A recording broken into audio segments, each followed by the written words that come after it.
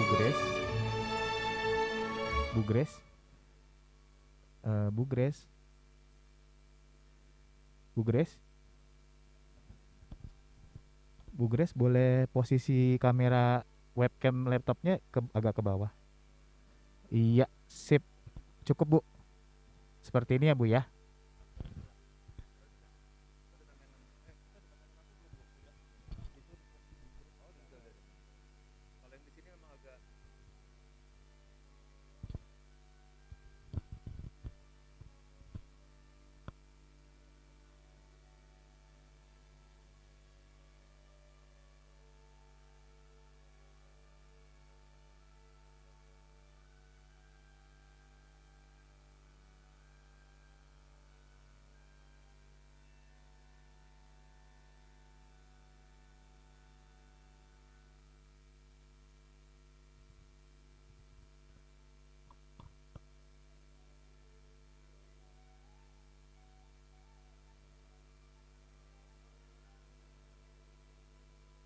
Hi, colleagues. Good morning. Good morning. Hi, good morning. Good morning. It's pitch dark where I am because it's actually evening here. Oh. So what time is it there, Jamie? It is 7 p.m.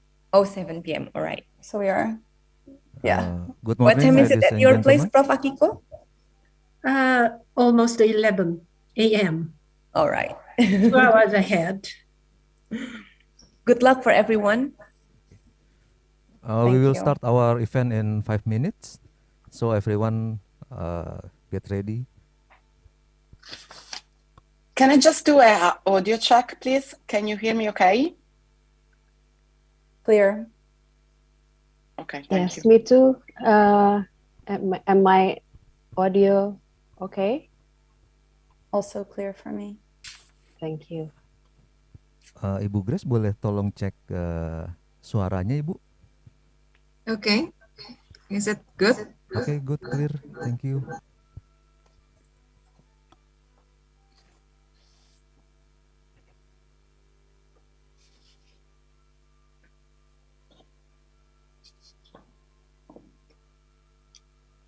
What about my sound, Pak? Is it okay? I'm hearing an echo now. Yeah. Is it okay now?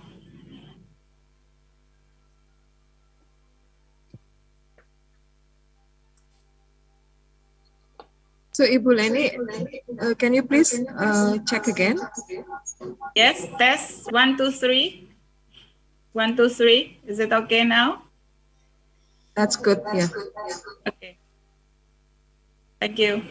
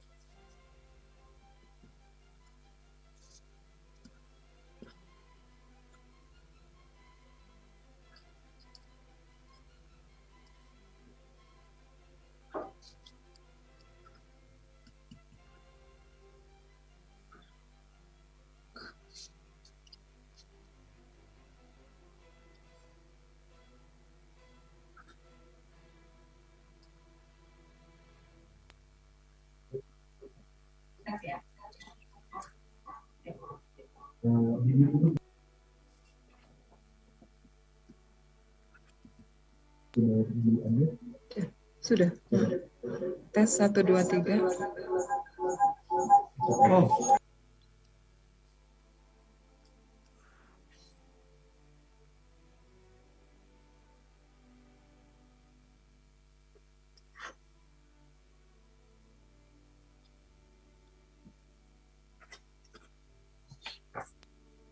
Tes 1 2 3. Aman ya?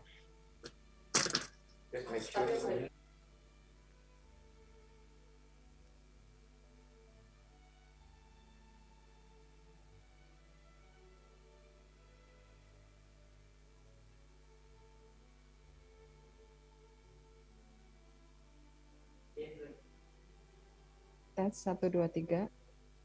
Eko kah?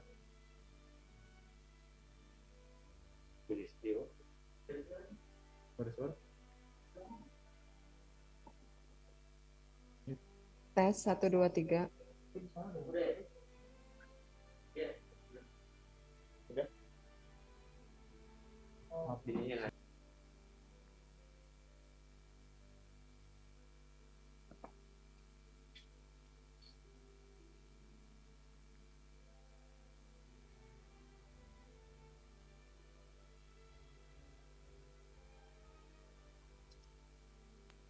Ya, coba lagi nih. Tes 1 2 3. Dia mati yang tidak. Tapi masih Tapi masih eko nggak?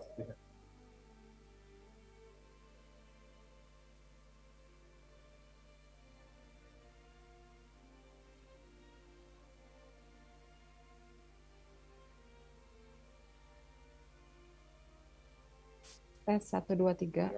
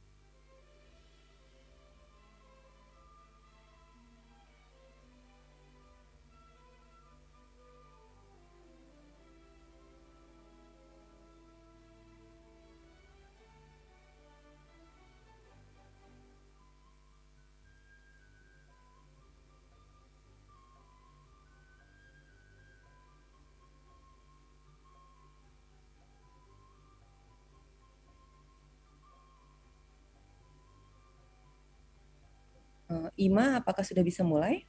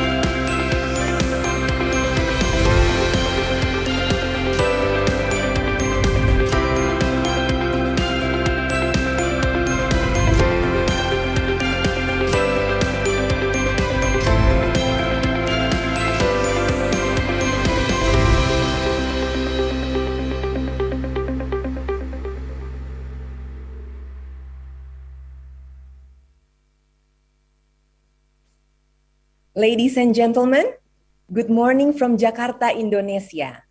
Welcome to the international webinar on the road to the ASEAN Ministerial Meeting on Women, Women's Participation in the Digital Economy.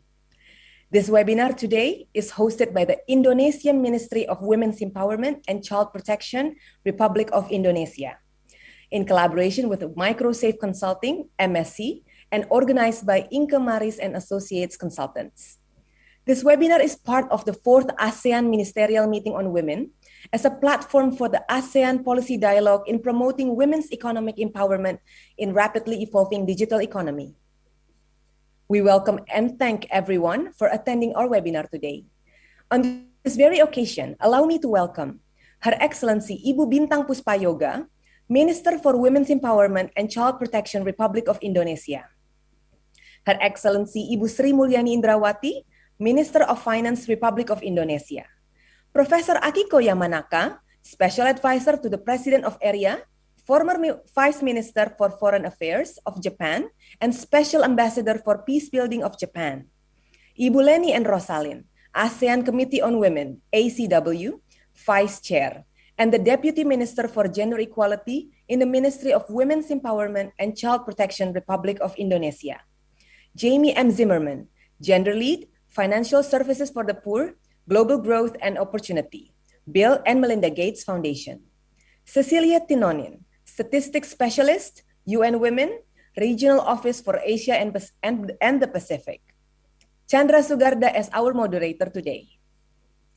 Ladies and gentlemen, before commencing with the program of the day, may I have your attention for Indonesia's national anthem, Indonesia Raya.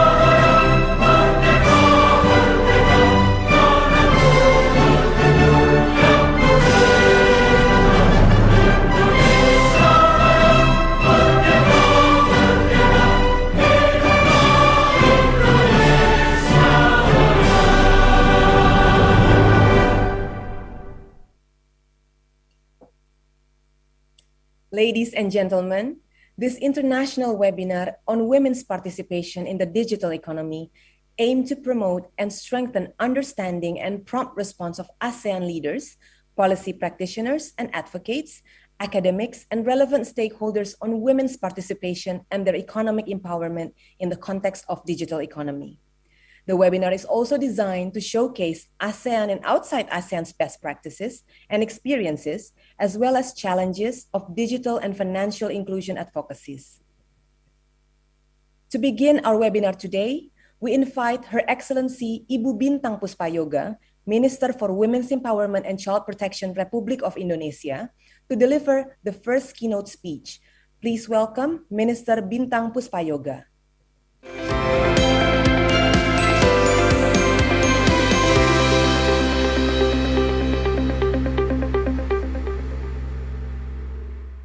Her Majesty Queen Maxima Surrogate Cerruti of the Netherlands, United Nations Secretary General Special Advocate for Inclusive Finance for Development, Her Excellency Miss Melinda and friends from Bill and Melinda Gates Foundation, Her Excellency Ibu Sri Mulyani Indrawati, Minister of Finance Republic of Indonesia, Honorable resource person and participant of this webinar from 10 ASEAN member states, good morning from Jakarta, and my health and peace be upon all of us.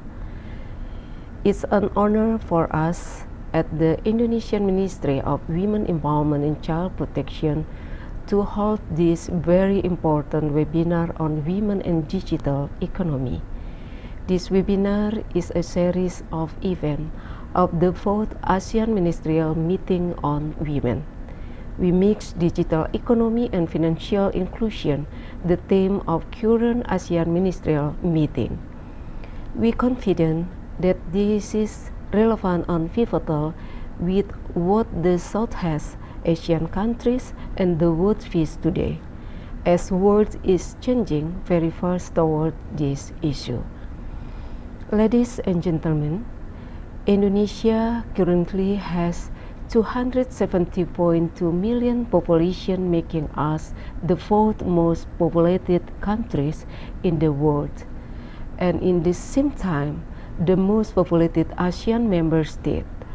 Our women occupy nearly half of the numbers, with 54% of them are in productive ages. There are potential for our economic growth if opportunities are widened and support are provided. However, we currently face development challenges in the form of gender gap. Global Gender Gap Report noted that Indonesia has overall gender gap of 69%, putting us on 101 rank globally in the last years. This year, we experienced positive move with decrease in the gap, which is 65%. Nevertheless, gap still remains, as we still have small percentage of women participate in the labor force, which is 56% compared to 84% than that of men. Large gap in income for women, which is 52% compared to 70% of that of men. Huge percentage of women working in informal sector, which is 82% compared to 79% of men. Ladies and gentlemen, as world is moving to digital economy, doing business with internet are unavoidable. We do realize that internet is opportunity to improve the business. Toward this end, our women are moving faster than their men colleagues. Data shows that 54% of our women-owned micro business use internet, compared to 39% of men-owned micro business. This seems like a coping strategy of women to deal with COVID-19 pandemic. We also note that women take strategy step of doing product diversification. Research shows that women-owned micro businesses are likelier to diversify and move into different sector, location of product, compared to those that are owned by men.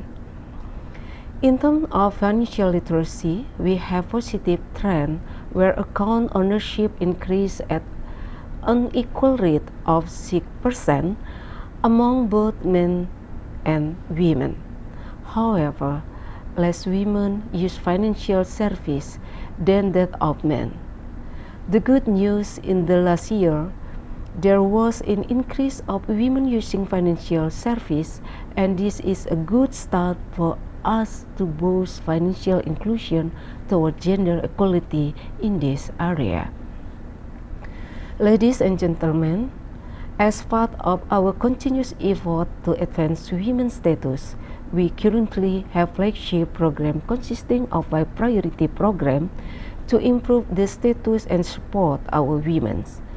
This program is presidential priorities on women empowerment and child protection, which consists of increasing women empowerment in gender perspective entrepreneurship, improving the roles of mothers and family in child education and care, reducing all violence against women and children, reducing child labor, and preventing child marriage. When it comes to the first priority of women economic empowerment, we have currently some strategies, including making gender a central issue in the national strategy of financial inclusion, collaborate with relevant stakeholders, ministry, development sector, private sector, NGOs, and academia to provide gender-sensitive entrepreneurship training and business assistantship. Supporting women MSMEs to cope with the current global pandemic and support access to low-interest rate credit. The Indonesian government has several women's empowerment programs aimed at vulnerable women, women as headed household, women as victims of disaster and violence. For instance, our ministry and PT PNM Persero, one of the state-owned enterprise, a program to provide financing for underprivileged women and also provide assistance to achieve Indonesia 5 gender equality priorities. In this program, there are more than 10 million female customers and beneficiaries spread across all provinces. The program also involves approximately 45,000 account advisors.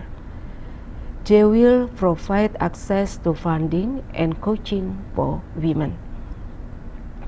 We also created a leadership program for women in rural areas to be able to voice their aspiration and have the opportunity to become village official and or leaders.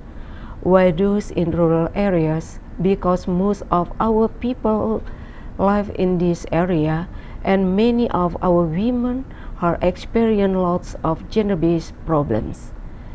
This leadership program also provides soft skills for female local leaders to increase the role of women in the overall decision-making process. In the context of digital empowerment, the ministry has collaborated with the private sector to provide digital training for women entrepreneurs.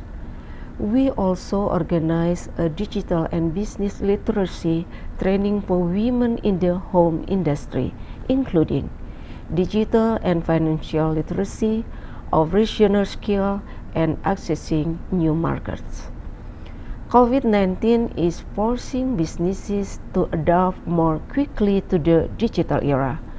With new skill and knowledge, these female leaders can play a key role in helping themselves and their communities recover from the economic impact of the pandemic.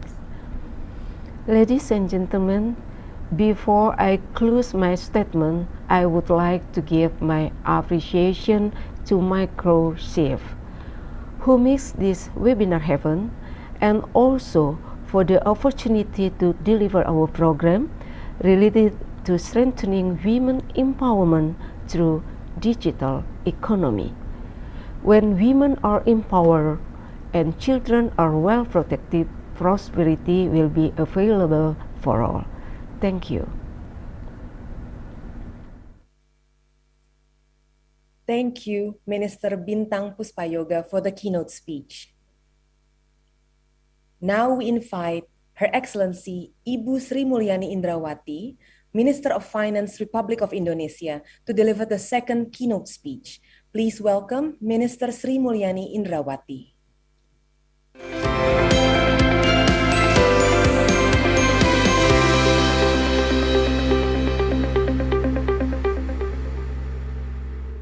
Assalamualaikum warahmatullahi wabarakatuh. Very good morning to all of you. First of all, I would like to express my appreciation for the ASEAN Ministerial Meeting on Women, which is conducted today, and in this webinar to discuss a very important topic, women participation in digital economy, the ASEAN Policy Dialogue for promoting women economic empowerment in rapidly evolving digital economy post the pandemic. Ladies and gentlemen, this is a very important topic. Today, we are facing the pandemic, which is still ongoing, and a challenge for many policymakers. How we are going to address the issue of the pandemic, which is creating a challenge and a threat for many households and people all over the world. And the health threat definitely also have the asymmetric impact to women, because most of the workers in the health sector dominated by also women. And the fact that people all over the world have to work at home or from home, it's also have an asymmetric impact, especially for women. And if we combine today with this pandemic, in which digital economy playing a more important role, this is going to be an opportunity for all of us to push the gender equality agenda for all countries in the world. The digital revolution also offers Indonesia an opportunity to fast-track the economic development. Importantly, to ensure that our economic growth is inclusive. With the digital technology, there will be a more equal opportunity. And this is going to have a positive benefit, especially for women. Digital financial services are important facet of this digital revolution. And that's why for Indonesia, we are investing a lot and significant, especially triggered by this pandemic, the infrastructure to make sure that the connectivity with the digital technology can be enjoyed for all the people of Indonesia, especially in the remote area and the lag behind region. And this is going to also create a much better equal opportunity, especially for Indonesia women. Women in Indonesia is a key economic agent. Having an equal access to digital financial product, digital technology and services will definitely improving and strengthening their role as an economic agent, not only in their own household, but also for the whole economy. We all know that the gender equality is an integral part of sustainable development goals. This is the goals number 5, which emphasize the aspiration to achieve gender equality and empowering all women and girls. This aspiration or the goals definitely is not an easy one. Each country in the world have a very specific challenge that need to be addressed, whether this is coming from their legislation or coming from their cultural or other aspect. According to one study, the McKinsey back in 2015, advancing women equality could add around 12 trillion US dollar, or this is equal to 11% to the annual GDP by 2025. The report from the McKinsey also emphasizing that equal access, including financial access, could promote not only the women in their participation in the economy, but it also promote and strengthen the growth of the economy. So to reach financial equality, I believe that boosting women financial inclusion to reach financial equality is very, very critical. We realize that women access to formal financial services will also enhance and strengthen women family life. They can manage money better. They can also access to capital much more efficient and less costly. This will in turn will reduce the risk of the household to falling under the poverty line and also providing a very strong opportunity for women to be able to work and capitalizing the market, while at the same time juggling to taking care of their house and the children. This is going to be a very important factor to create a better equality. Therefore, women financial inclusion will definitely a very important and significant positive related to the progress, not only in creating equality itself, but in reducing poverty and also boosting economic growth. According to the World Bank Global Findex database, there is still a gender gap of 7% on 2017 globally. The Financial Inclusion Index for women is only 65%, while for men, they've already reached 72%. So narrowing this gap, it's going to have an important impact for not only women, the household, but also for the whole economy. So the question now is how we are going to improve the participation and access of the economic opportunity for women, especially with the digital technology, which is now currently becoming a widespread platform. Based on the latest World Bank Global Financial Index for Indonesia, the Women Financial Inclusion Index is 5% higher than men and reaching 51%. According to our national survey on financial literacy and inclusion, women in Indonesia have a financial literacy index 4% lower than men, and women financial inclusion index is 2% lower than men. This definitely have a lot to do with the fact that the economy still dominated by informal sector. Within this informality, women becoming more vulnerable, whether this is in the form of lower income or also at the same time a hardship. There are also lack of social protection. And that's why we are going to invest more on this digital technology and financial literacy so that women in Indonesia have a much better opportunity to improve their livelihood and definitely also to protect themselves as well as family. We are all now have many programs which is aiming for the small medium enterprises. But the majority of the small medium enterprises, especially also in informal sector, dominated by the woman as a player as well as an owner of the business. The government, in this case, providing a lot of support. The small, or we call it ultra micro support credit, which is not only subsidized, but also providing capacity building. They are all dominated or majority are women. We have the UMI, that is the ultra micro investment or credit for especially women. We also have the credit, small credit, which is subsidized. Again, this is also dominated by women.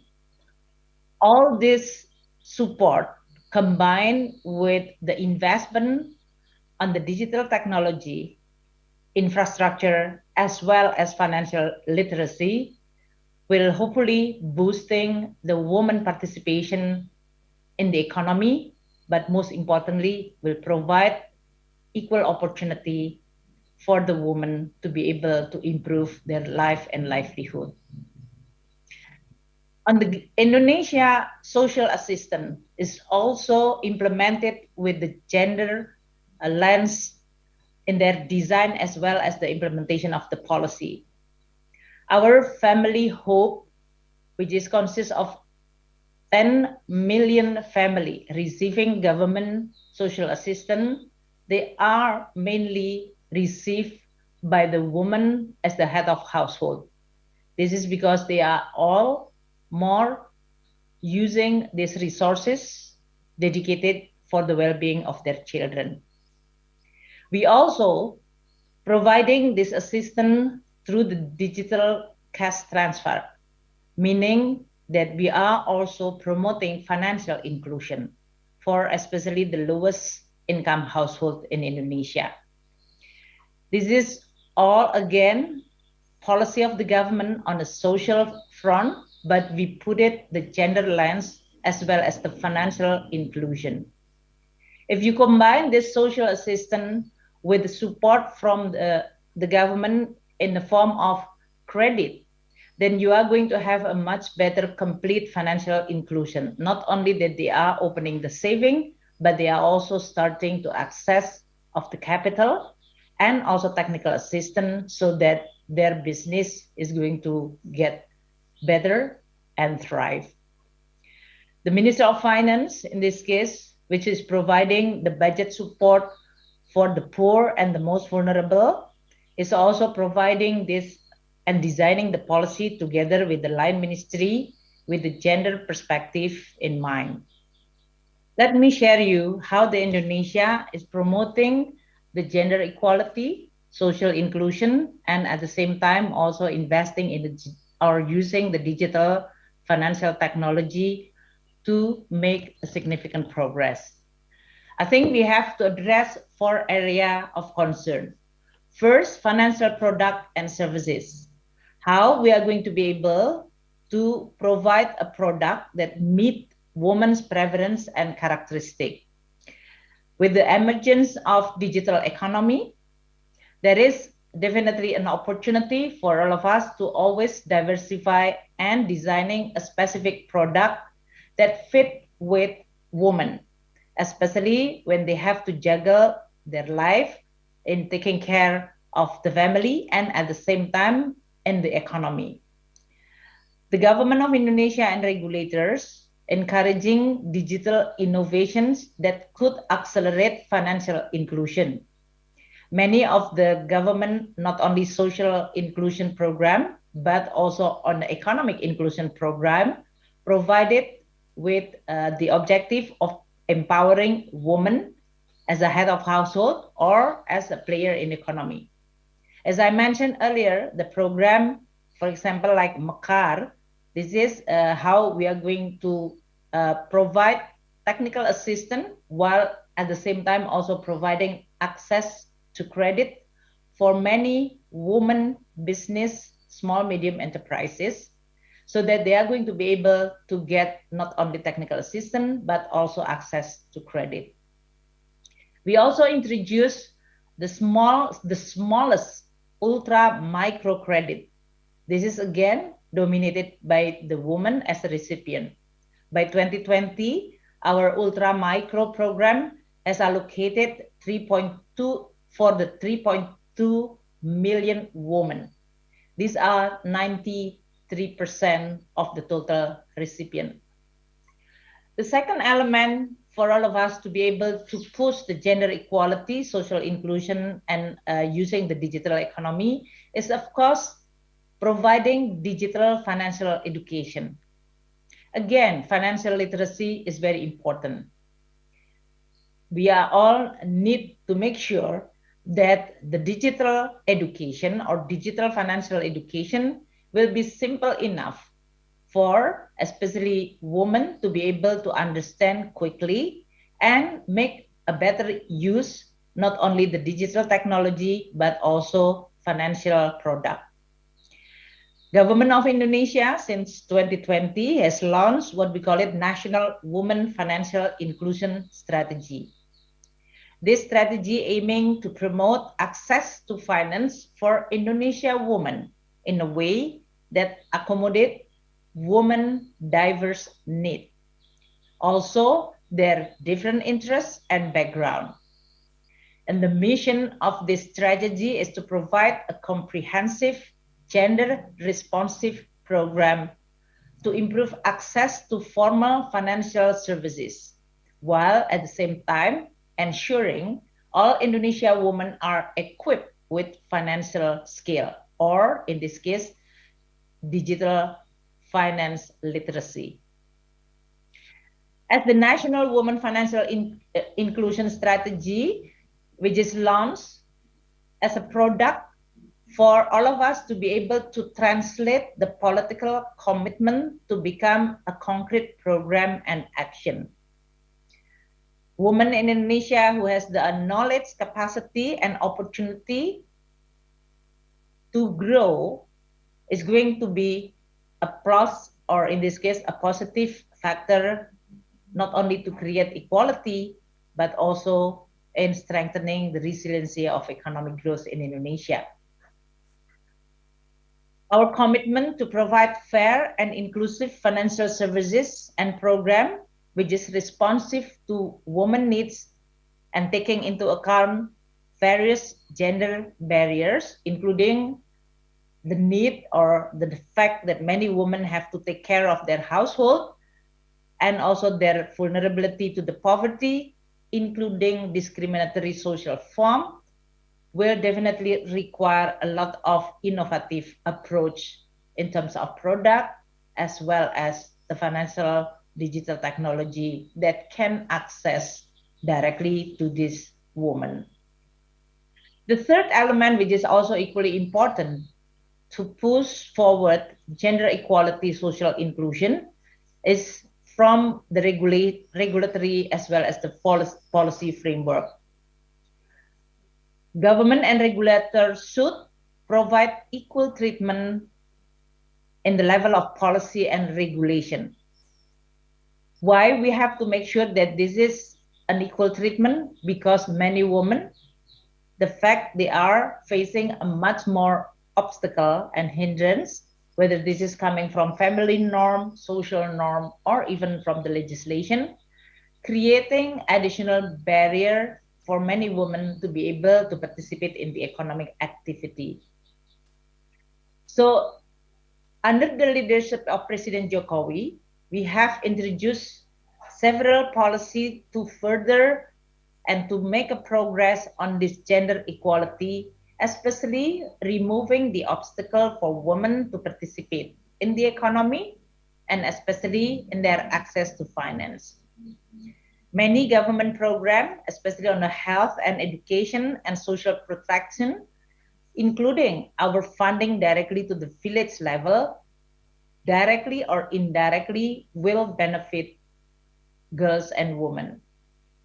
As a finance minister, I also has already implemented gender responsive budgeting, especially to address gender bias and discrimination.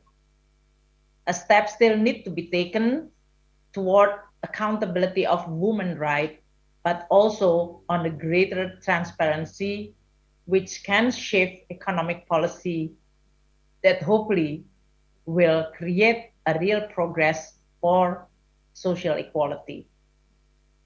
And the last one is, of course, all this gender equality, social inclusion, as well as financial inclusion can only be made possible when we have adequate and proper infrastructure in place, especially the infrastructure on the ICT. This is because the digital economy can only be achieved when the technology can be accessed by all people equally, in this case equally, and especially for women. For Indonesia, with the big geographic coverage, the investment on the ICT is very, very important. The remote area or the poor area, they need to make sure that they have the ability to access to the digital technology. Our budget is allocated this infrastructure, especially on the digital technology, so that we are going to be able to provide equal opportunity, especially in the remote area. So these are all, is a very critical element for all of us to be able to achieve gender equality, social inclusion, and using digital technology to push even more forward and faster the financial, social, and gender equality, social inclusion, financial inclusion, and gender equality. But this work and the challenge that we are facing need a collaboration of all stakeholders.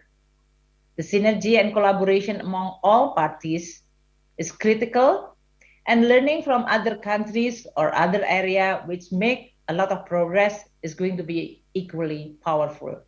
I do hope that this webinar is going to provide an opportunity for all countries in ASEAN, whether this is policymaker, regulator, or player, to be able to learn from each other. What area that we can push further to make a progress?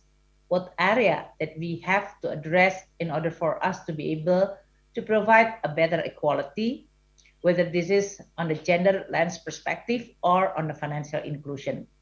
I do hope you are all having a very productive and constructive meeting. Thank you so much. Thank you, Minister Sri Mulyani Indrawati. And next, may we take a moment for a photo opportunity.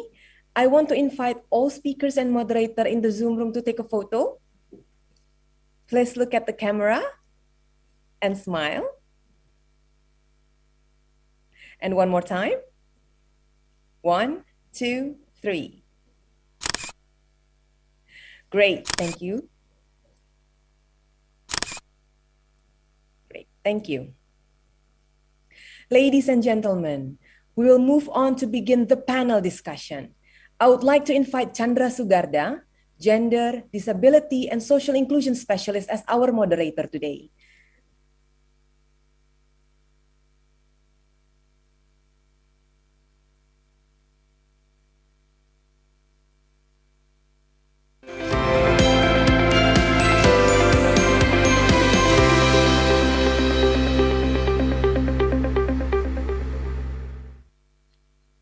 Thank you, Vina. Good morning, distinguished guests, ladies and gentlemen. Following the insightful keynote speeches, our panel discussion will delve deeper into gender-responsive digital economies and discuss ways to promote women economic empowerment through inclusive digital economy post the COVID-19 pandemic. 4 distinguished speakers will join me for the discussion. The first speaker is Professor Akiko Yamanaka, Special Advisor to the President of the Economic Research Institute for ASEAN and East Asia ERIA, former Vice Minister for Foreign Affairs and Special Ambassador for Peace Building of Japan. Welcome, Professor.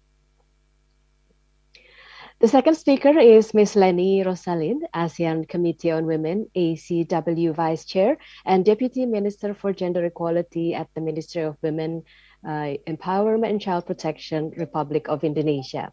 Good morning, Ibu Leni. Our next speaker is Ms. Jamie Zimmerman. She is the Gender Lead on Financial Services for the Poor, Global Growth and Opportunity at the Bill and Melinda Gates Foundation. Great to have you with us, Jamie. And our fourth speaker is Ms. Cecilia Tinoni, who is joining us from Italy. She is a statistics specialist at the UN Women Regional Office for Asia and the Pacific. Welcome, Cecilia. Now, each speaker will be given 10 minutes to deliver their presentations. That will be the starting point of our discussion. I will perform another duty as timekeeper for the presentation session, so I will be reminding speakers when their time is almost up. And I understand that registered participants have submitted their questions as well, and then I will be providing them to the panelists for the discussion. Now, without further ado, let me invite the first speaker, Professor Akiko Yamanaka, who will set the tone by discussing evidence and insights on impact of the COVID-19 pandemic on women in the ASEAN region. Professor Akiko currently serves as the President of International Tsunami Disaster Prevention Society, Senior Diplomatic Fellow of Cambridge Central Asia Forum of Cambridge University, and Special Advisor to the Mayor of Sapporo. Prior to her current role, she served as former Vice Minister for Foreign Affairs and Special Ambassador for Peace Building of the Japanese government, as well as Special Ambassador for Awareness of the World Tsunami. Professor Akiko, the floor is yours.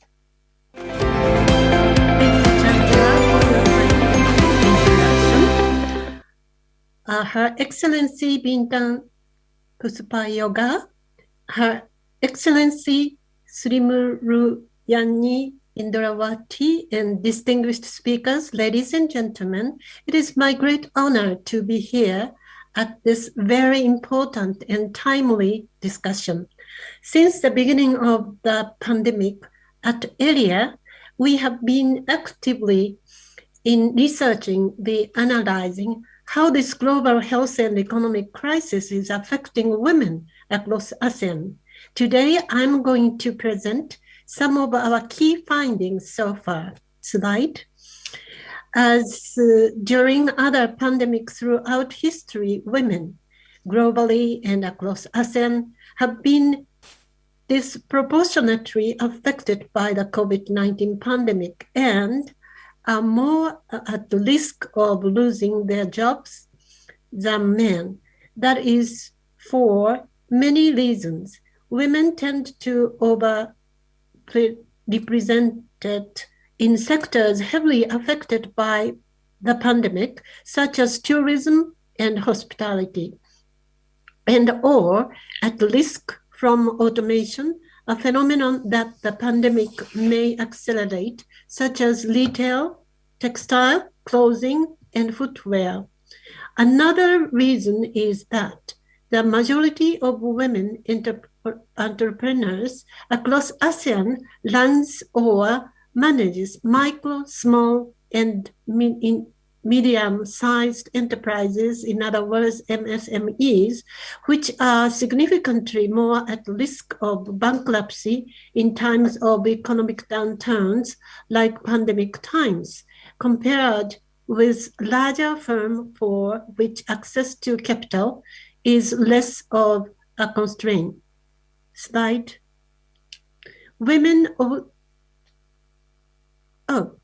I can't see the slide, but anyway, I will continue.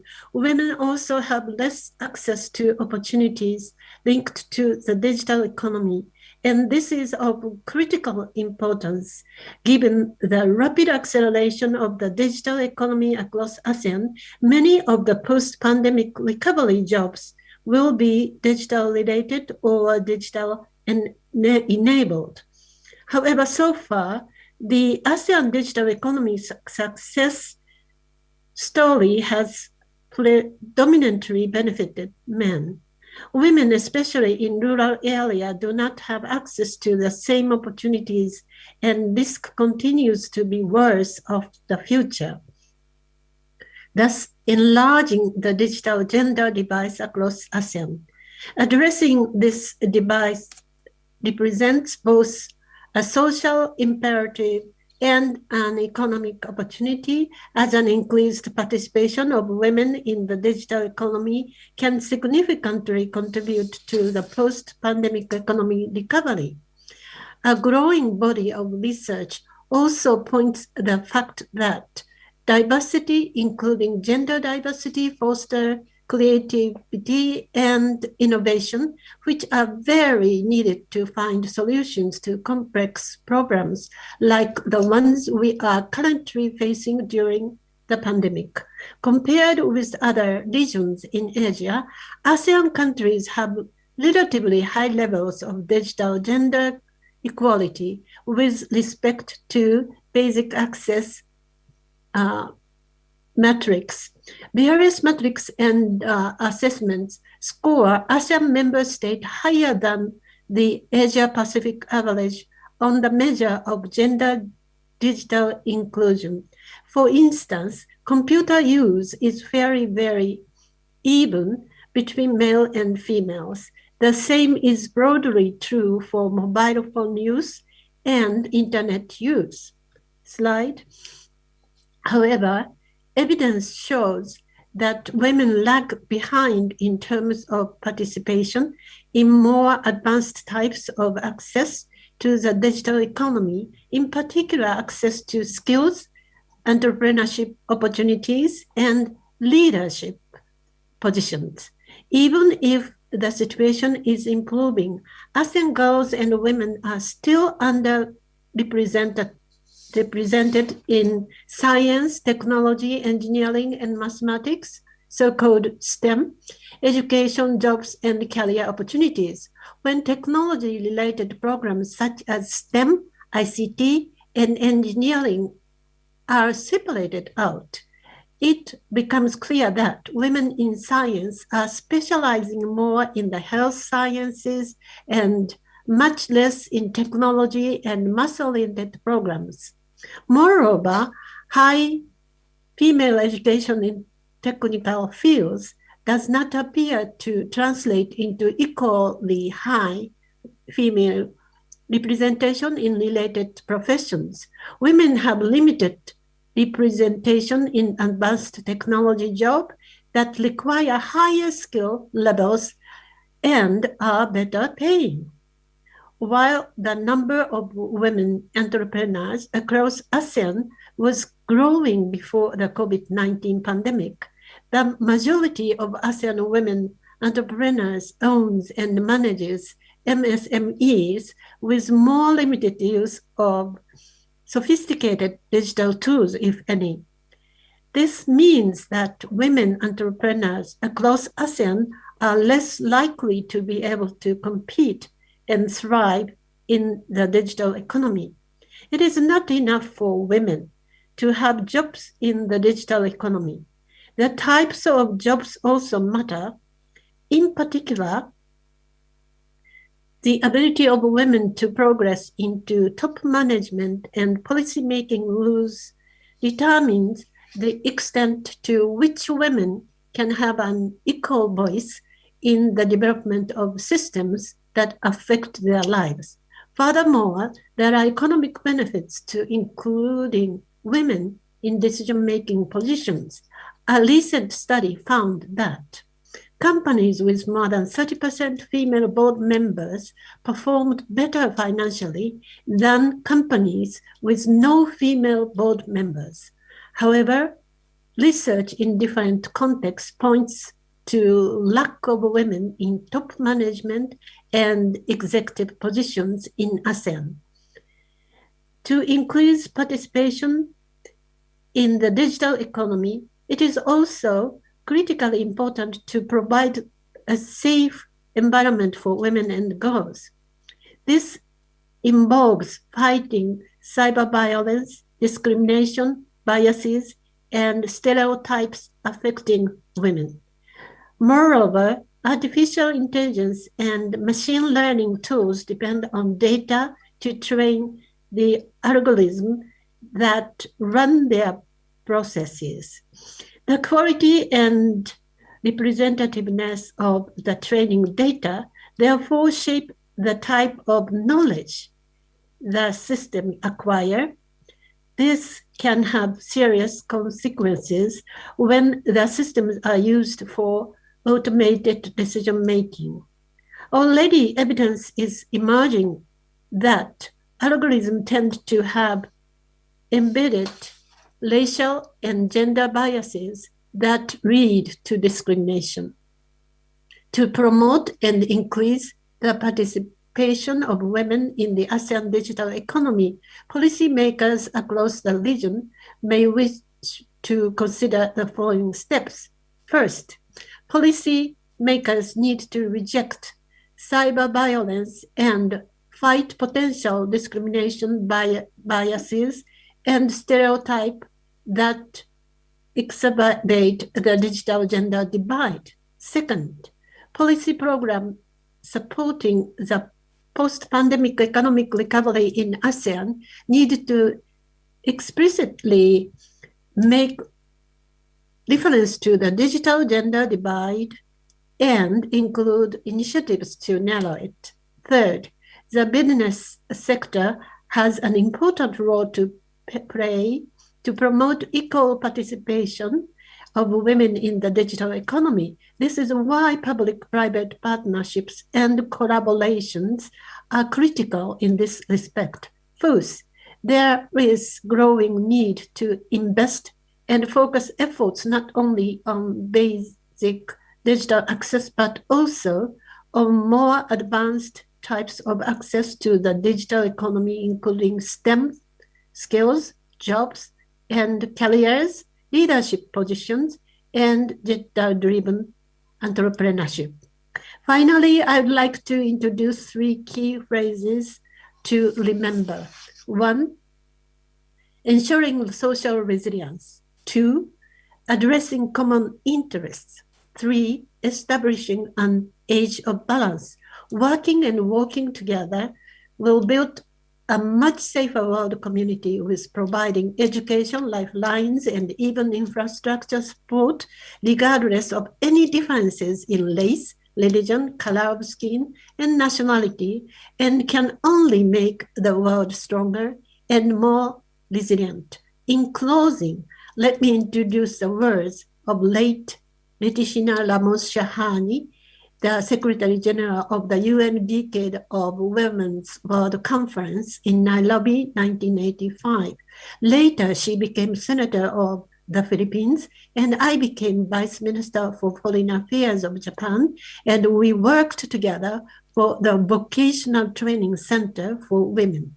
She said, "Peace is not the situation where there is no war. It is women who can teach our children the reality of war and peace as genuine teachers. True development is social, cultural, and political, as well as economics. Equality between men and women is not simply the absence of discrimination. Rather, equality means granting women the right, opportunity, and responsibility to take part in their own development. Let us build a foundation of strong ethics in every society that respect healthy human lives for all its citizens at COVID-19 era, which extends to all members of the world society together." I thank you very much. Thank you, Professor Akiko. I think there are some key information here, including the importance of narrowing the digital gender divide and also creating safe digital environment for women and girls to promote more inclusion of women, girls, and other vulnerable groups. Now, next, I invite Mrs. Leni Rosalyn to deliver her presentation. She will be taking us forward or towards ASEAN's priorities, strategies, and commitment in accelerating women's economic empowerment in the region. Ms. Leni currently serves as ASEAN Committee on Women Vice Chair, with a mandate to support the chair to oversee and coordinate ASEAN's cooperation on promoting gender equality and empowerment of all women and girls. She also serves as Deputy for Gender Equality at the Ministry of Women Empowerment and Child Protection. Mrs. Leni, you have the floor. Yeah, thank you, Ibu Chandra. Her Excellency, Ibu Bintang Puspayuga, Minister for Women's Empowerment and Child Protection, Republic of Indonesia. Her Excellency, Ibu Sri Mulyani Indrawati, Minister of Finance, Republic of Indonesia. Representatives from ASEAN Secretariat, ASEAN sectoral bodies, and ASEAN dialogue partners, honorable resource persons from ERIA, we have Prof. Akiko here, from UNSGSE, from Bill and Melinda Gates Foundations, and of course, all participants of this webinar from 10 ASEAN member states, and special thanks to MicroSave Consulting. Greetings from Jakarta, and may health and peace be upon all of us. First of all, allow me to express our sincere appreciation and warmest welcome to participants in this virtual webinar. I'm very pleased to know that we have important participants from both public and private sectors, as well as academia in this workshop, in this webinar. It shows the importance of the issue that we are about to discuss, related to women's digital financial inclusion to achieve gender equality in ASEAN member states. Today, as COVID-19 pandemic has brought significant consequences globally that extended well beyond the health realm. Please, next slide, please.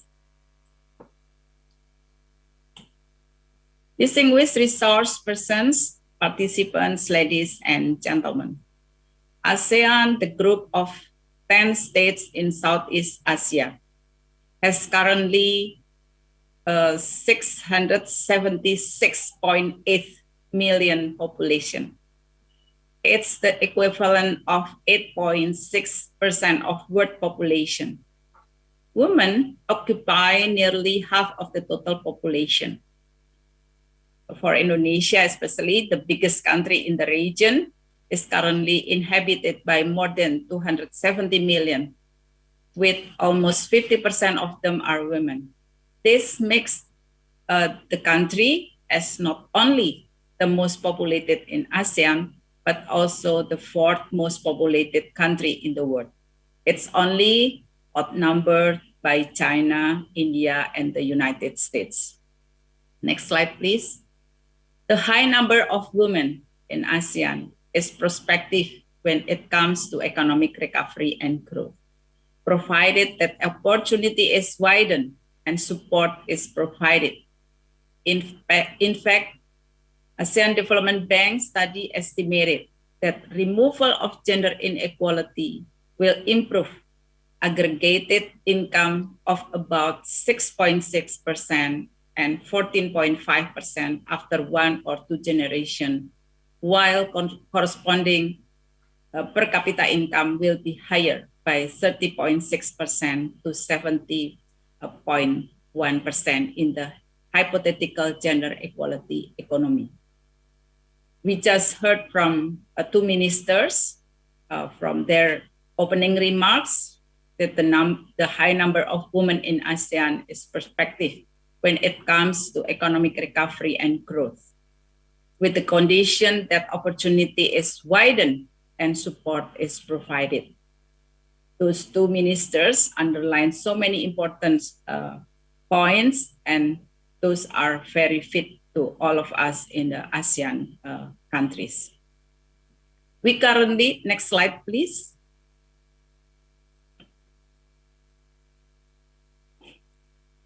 We currently face big challenges in terms of gender equality and women empowerment. SDGs data by UN Women showed that 58% of ASEAN women earn less than their men counterpart, and maternity cash benefits reach only 33% of women.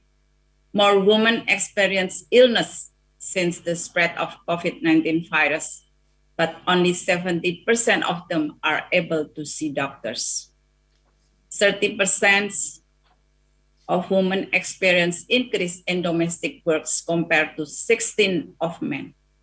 Men also 11.5 times more likely to be employed compared to women in ASEAN member states. And about 24% of young women are outside of education and employment compared to 13% of young women. Next slide, please. Digital economy and financial inclusion in ASEAN is outlined under AEC's financial sector integration and ASEAN digital integration framework. The 2 documents provide glimpse of ASEAN efforts to making financial integration inclusive and to expedite digital transformation. Trade innovation, seamless trade, digital payment, digital talents, and entrepreneurships are among priorities set to be achieved. Women as engines of economic growth is targeted group of these policies. Next slide, please. Data from UNCTAD 2019 and SCMP 2020 found that number of consumers using digital platforms in their transactions nearly tripled from 90 million to 250 million in 2018. And it kept growing to 310 million by the end of 2020. ASEAN is also one of the fastest growing internet user markets, with 125,000 new users joining the market every day. The COVID-19 pandemic has further accelerated the expansion of e-commerce to 20 up to 30%, especially in Indonesia, Singapore, Thailand, and Malaysia. Despite high consumer of digital platform and fastest growing internet users, we are still far to achieve our ultimate goal of the realizations of gender equality in financial and digital sectors. As also explained by the Minister of Women Empowerment and Child Protection, as well as from the Minister of Finance of the Republic of Indonesia, it's clearly that, to date, we are still struggling with digital and finance infrastructure, especially when it comes to women in rural and remote areas. And I think this happens also not only in Indonesia, but also in ASEAN member countries. Our women also need... Ibu Leni. Yes? My apology, you have 3 more minutes. Thank you. Okay. Yeah. Our women also needs lots of trainings, capacity buildings, mentoring, and coaching on financial and digital literacies. We open for cross-country and cross-region collaboration to make the progress even bigger, to make the achievement more meaningful, to make our women play equally with their male fellows in a rapidly changing digital and financial world. Next, please. Next slide, please. Some of their major challenges are limited access of women to trainings and skills development, limited access of women to finance, strong division of labor force based on gender and gender stereotypes. Next slide, please.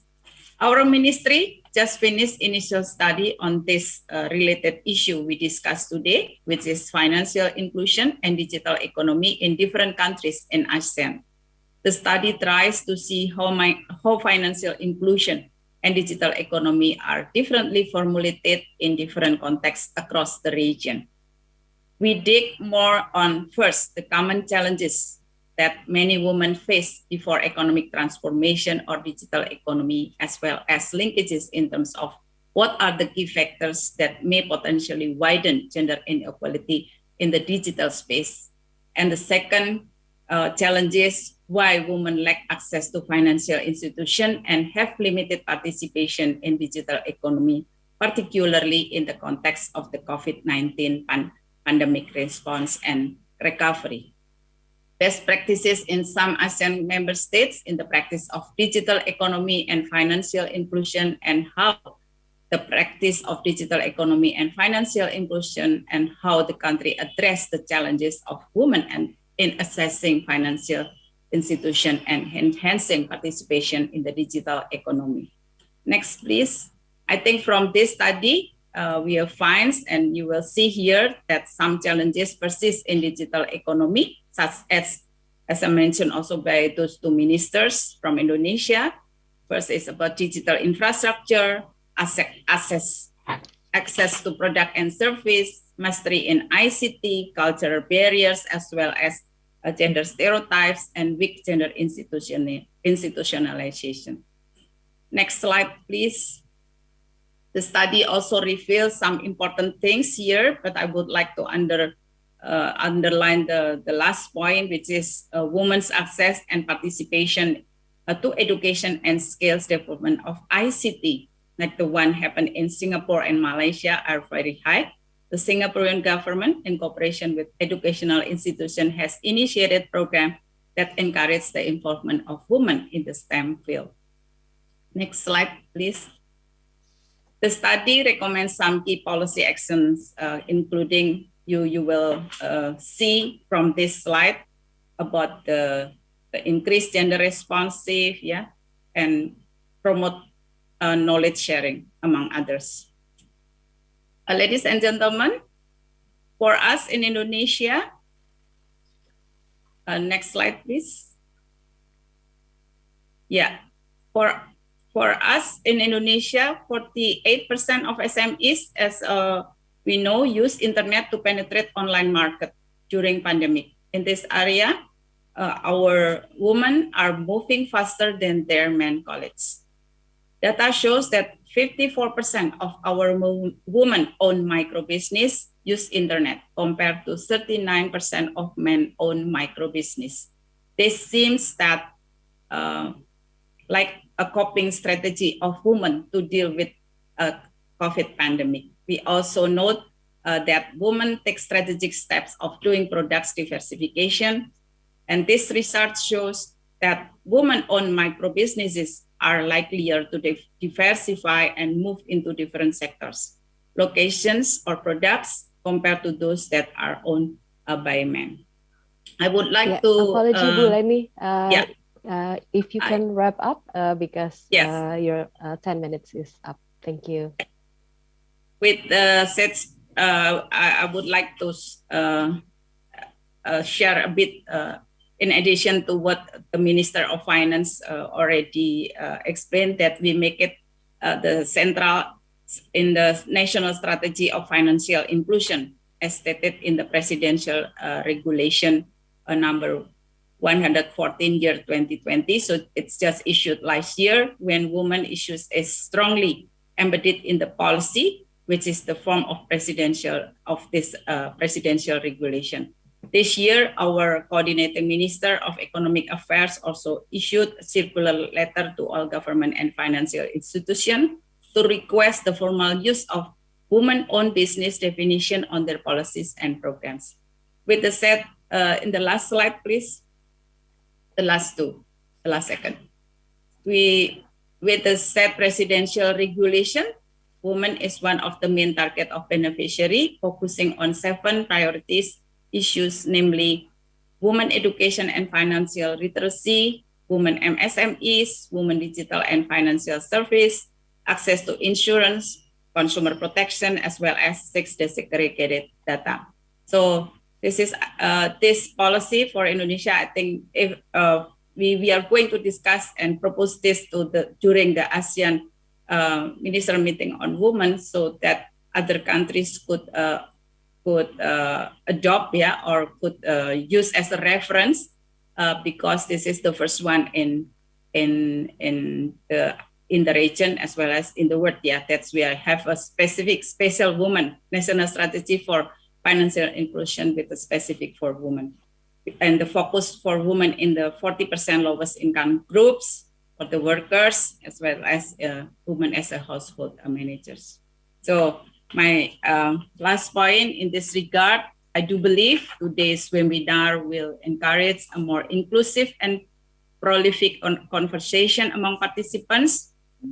Thus, we can determine the efforts and policies to be implemented and adopted as a collaborative strategy among ASEAN member states to achieve gender equality in digital economy. Hopefully, our joint efforts will increase women's active involvement and access in all ASEAN member states. The good practices shown by both ASEAN countries and ASEAN as a common community demonstrates that the best strategy to overcome the challenges of the digital economy and financial inclusion is to build collaboration between multi-stakeholders, including the government, academia, the business sector, private sector, investor, community, and as well as the media, or we call pentahelix. So those are the things that I would like to share.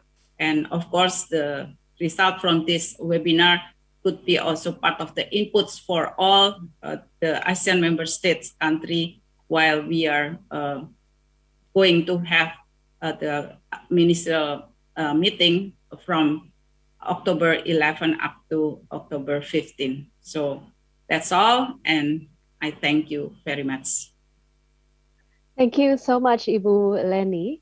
Ibu Leni have highlighted gender gap in ASEAN that is still prominent and experienced by women, especially in digital economy and financial inclusion, and provided brief update from Indonesia, including how the national strategy for financial inclusion targets women. Now, our next panelist is from the Bill and Melinda Gates Foundation, Ms. Jamie Zimmerman. She will discuss policy levers to accelerate women's participation in the digital economy. As gender lead at Financial Services for the Poor, Global Growth and Opportunity at the Foundation, Jamie's work focuses on increasing low-income women's economic empowerment through access to and usage of digital financial services. Prior to this position, she and her team focuses on cultivating partnership for global-scale digital financial inclusion. Jamie, your 10 minutes start right now. Thank you, Ibu Chandra, for the kind introduction. I am so honored to be part of this event and to join this distinguished panel. Before I begin, I want to thank the Ministry for Women's Empowerment and Child Protection for inviting me and the Foundation here this morning, and congratulate them, as well as MicroSave, on hosting this session on such an important topic. I especially want to thank Their Excellencies, Ministers Puspayoga and Minister Indrawati, for their powerful words and strong leadership.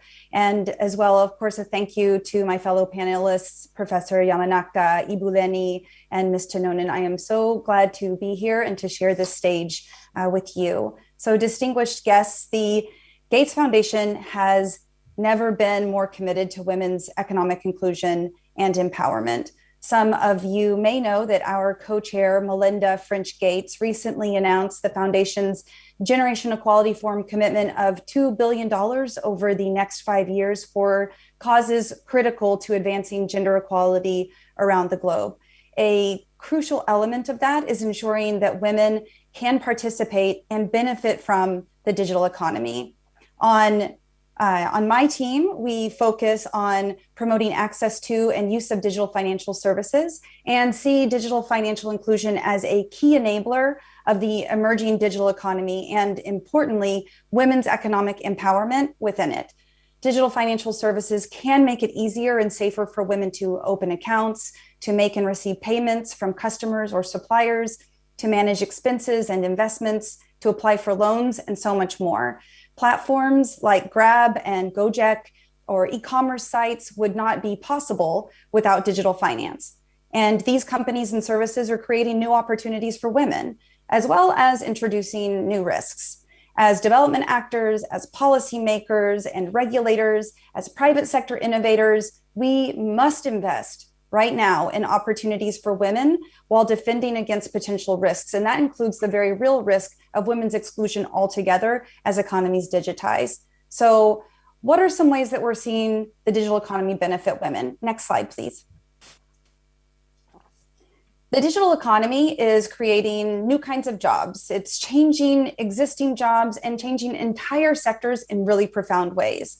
We are seeing, for instance, that platform labor, like being a driver with Gojek or Grab or a housekeeper, can create employment opportunities and increase wages for women. One study from ODI on women in the gig economy showed that platforms can make finding work easier, provide women with much needed flexibility, which is particularly important given the disproportionate share of care work that women carry, at least for now. And they also show that these platforms may pay more. Second, e-commerce is helping women establish home-based businesses and expanding ones that already exist. The IFC found that women are turning to e-commerce to grow businesses and gain access to financial services that are embedded within many of these e-commerce services. Here too, flexibility was a prominent reason why women were turning to e-commerce. In Indonesia, as with other countries, women are more likely to have home-based businesses or micro retail shops where digitization could help them increase incomes and benefit their households. The digital economy is also transforming traditional sectors. The example on the right, looks at digitization of the agricultural supply chains in Kenya, where women make up the majority of farm labor. There are lots of examples there. I'm not sure you can read them from the screen, but just to highlight, digitization increased access to finance, it improved access to markets, and it increased income for women farmers on the whole. Next slide, please. So this has already been said a couple of times, so I think it bears repeating and repeating and repeating. Gender equal economies are stronger economies. While gender equal access and participation in and benefit from economic opportunities is important and powerful and a worthy goal all on its own, we also know that gender equality benefits entire nations, entire regions, and the global economy. Countries that rank higher in gender equality are wealthier and healthier than those that rank lower. For example, the IMF estimates that the gender gap in labor force participation cost the Philippines, Indonesia, and Malaysia over 15% of their potential GDP. On this slide, you see data that speak to women's ability to participate in the digital economy. The orange line on the graph shows the gap between men and women. The data show consistently that countries where we see larger gender gaps in ID ownership, in phone ownership, in financial account ownership, you see lower GDP than those countries that enjoy more equal access. So if we want to reap the economic benefits of the digital economy, we have to proactively address the gaps that are preventing women's inclusion and empowerment in this digital economy. So what will it take? Next slide, please. So indeed, ensuring that government policies and services and private sector solutions are designed with women in mind, and ideally by women themselves, is going to be essential if we are to include and empower women in the digital economy and grow economies as a whole. This requires action across governments, across development partners, and across the private sector to increase access to the digital economy. But as Dr. Akiko said so powerfully, access alone is not enough. Equal access does not automatically mean equal benefit. It does not automatically mean equal representation, equal decision-making power, or equal participation. We must make sure that these systems and the products that ride on them and the services that we layer on them are also affordable, that they bring value to women customers, that we are addressing capability gaps that have been discussed already today, this morning, and we ensure that they are safe, secure, and trustworthy. These are the building blocks. These are the foundations that we should be checking our policies, programs, products, and the investments that we're making in all of those against. The interventions listed here are for sure illustrative. They are not exhaustive. For instance, cyber security and data security are critically important. As economies digitize, and they're not here on the slide, so acknowledging that. But I want to just linger here very briefly on the issue of social payments. As noted, digital payments are an essential part of the digital economy. And if economies are to be inclusive of women, then they must have access to and realize the benefits of digital payments. Digitizing social payments in particular is a powerful tool that governments and their financial services partners have to get women, and particularly low-income women who have been historically excluded, connected, onboarded into the digital economy. In this regard, I want to point out how Indonesia stands out as a global leader. Since President Jokowi mandated that social payments be digitized in 2017, more than 20 million social benefit recipients have opened their very first financial account. Most of these accounts are held by women, as we have heard, because not only were the payments digitized, but they were directed to women specifically. But governments everywhere must go beyond just digitizing payments to actively considering how those policies, the programs, and the payments that they're leveraging for them can actually truly empower women and build their opportunity and their resilience within the digital economy. The government of Indonesia... excuse me, Jamie? Yes? You have 2 more minutes. Oh, good. Okay, thank you. The government of Indonesia is doing just that by reforming its social payments and now considering what design elements for those payments best support women's economic empowerment. Indonesia's new G2P, or government to person payments 4.0 digital transformation, is planning to give women a choice in providers, including the fintech and e-commerce firms that are supercharging the digital economy. Women will be empowered to choose products that best meet their needs, and empowered to choose providers who are willing to innovate to meet those needs. And this is actually really unique globally and something that needs to be underscored and celebrated. So by digitizing social payments, directing them to women, and designing them for women's needs, Indonesia is now leading the way, and I hope other countries will learn quickly from Indonesia's leadership. Next slide, please.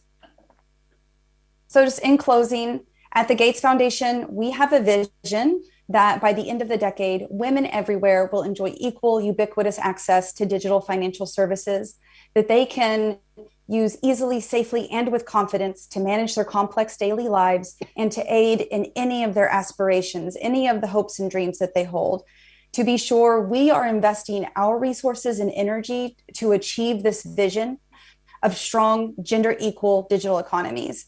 Yet it will also require commitment and partnership among all of us and many others all of us who are here today, the many others who are not with us at this forum, and it will require all of us to act with some audacity and urgency to get there.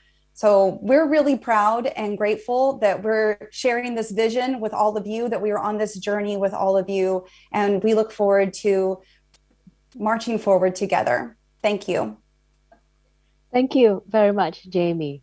I think Jamie has highlighted important messages as well, including investing on women in digital economy and how important is that, as well as how digital economy can benefit women in their daily lives and create new jobs that will increase access to work and to finance. And of course, many more. And so last but definitely not least, I will invite Cecilia Tinoni to deliver her presentation.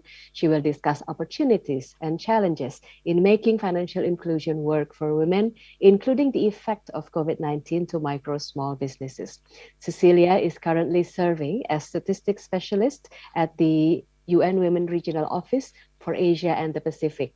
She provides technical assistance and capacity development to national statistical offices and stakeholders to produce, disseminate, and use gender disaggregated data. Her areas of work include economic empowerment, paid and unpaid work, as well as gender and the environment. Cecilia, your 10 minutes starts right now.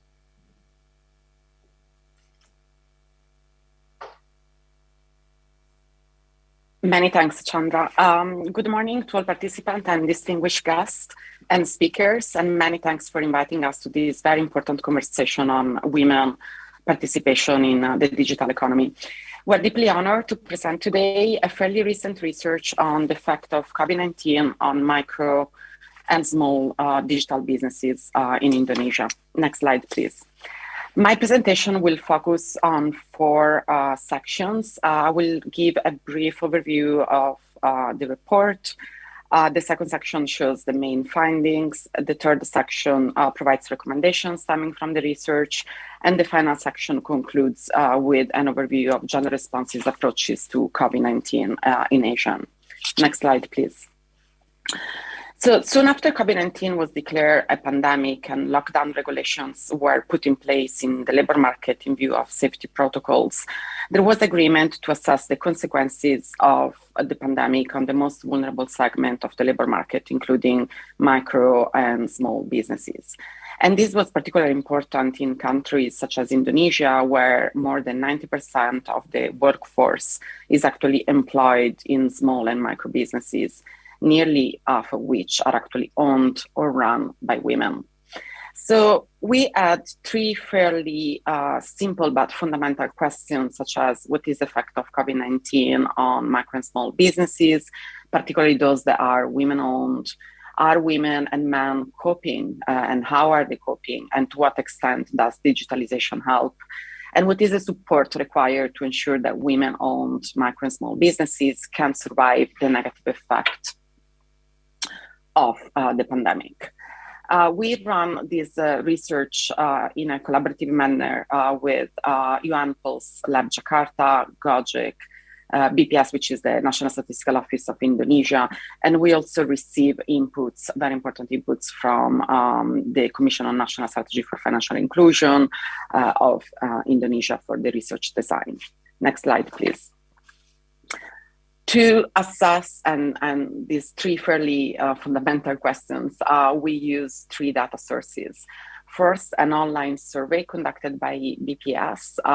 It was an online survey conducted in July 2020, targeting owners of businesses regardless of the size of the business.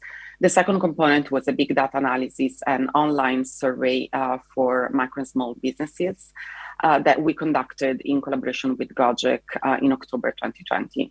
And then we had qualitative component that focused on in-depth interviews with 40 respondents, 21 of which were platform users.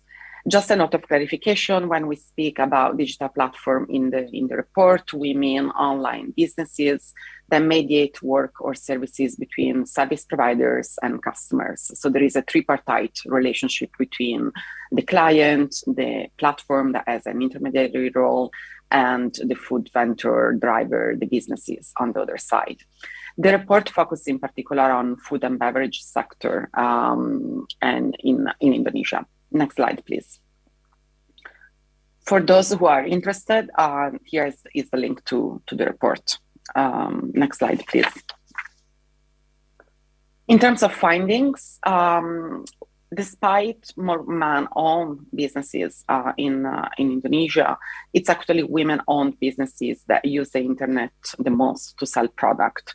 The bar chart shows that, for instance, 68% of women-owned small businesses in comparison to 52 man-owned businesses actually use the internet to sell their product. Next slide, please. A second important finding is that COVID-19 has prompted micro and small businesses to go digital. If we compare, for instance, the period March-September 2019 with the period March-September 2020, just the Gojek platform saw an increase of 31% with new members using and joining the platform. The increase was not just in new membership, but was also relating to the intensity of the use of the platform, with 49% increasing their use of the platform to a daily basis. A second interesting feature of the slide is that women-owned micro businesses tend to use more platforms, not just one, but different social medias and platforms. Next slide, please. Who is benefiting the most of this increased digitalization during COVID? If we look at the left tail of the distribution of this graph, we see that young businesses that were created less than a year ago actually are benefiting the most, especially women-owned micro and small businesses who noted that the platform helped them not just survive, but also expand. Whereas the opposite is true for older businesses that are being established more, for instance, than 3-4 years ago, where man-owned businesses actually noted that the platform helped them expand. Next slide, please. However, being on a digital platform helps when women and men owners are actually using complementary business strategies. So signing up to the platform is definitely, for the first time, and entering the digital world is actually obviously strategy number one. But then we have complementary strategies that are extremely helpful to make the business competitive, such as, for instance, changing the scope of the business to actually leverage customer preferences in the area, or, for instance, improving services for other users in the platform ecosystem to remain competitive in the platforms. For instance, offering discount, promotion deals, improving their service to delivery drivers and reducing drivers' waiting time. Or also leveraging digital applications, social media to actually direct more customers to the platform. Next slide, please. There are, however, also external factors that are crucial for allowing businesses to participate effectively in the digital economy. Obviously, smartphone ownership, technology facilitator, and the business location. These are particularly important for those kind of necessity business owners that actually distinguish themselves from growth-oriented micro and small businesses, in the sense that there are specific gender roles where the woman is actually in charge of the production of the product. For instance, the woman is cooking at home and the husband or the family members are actually selling the product on the street, which is different from growth-oriented micro and small businesses that are based on sizing an opportunity, a business opportunity, and where women actually have more decision-making power.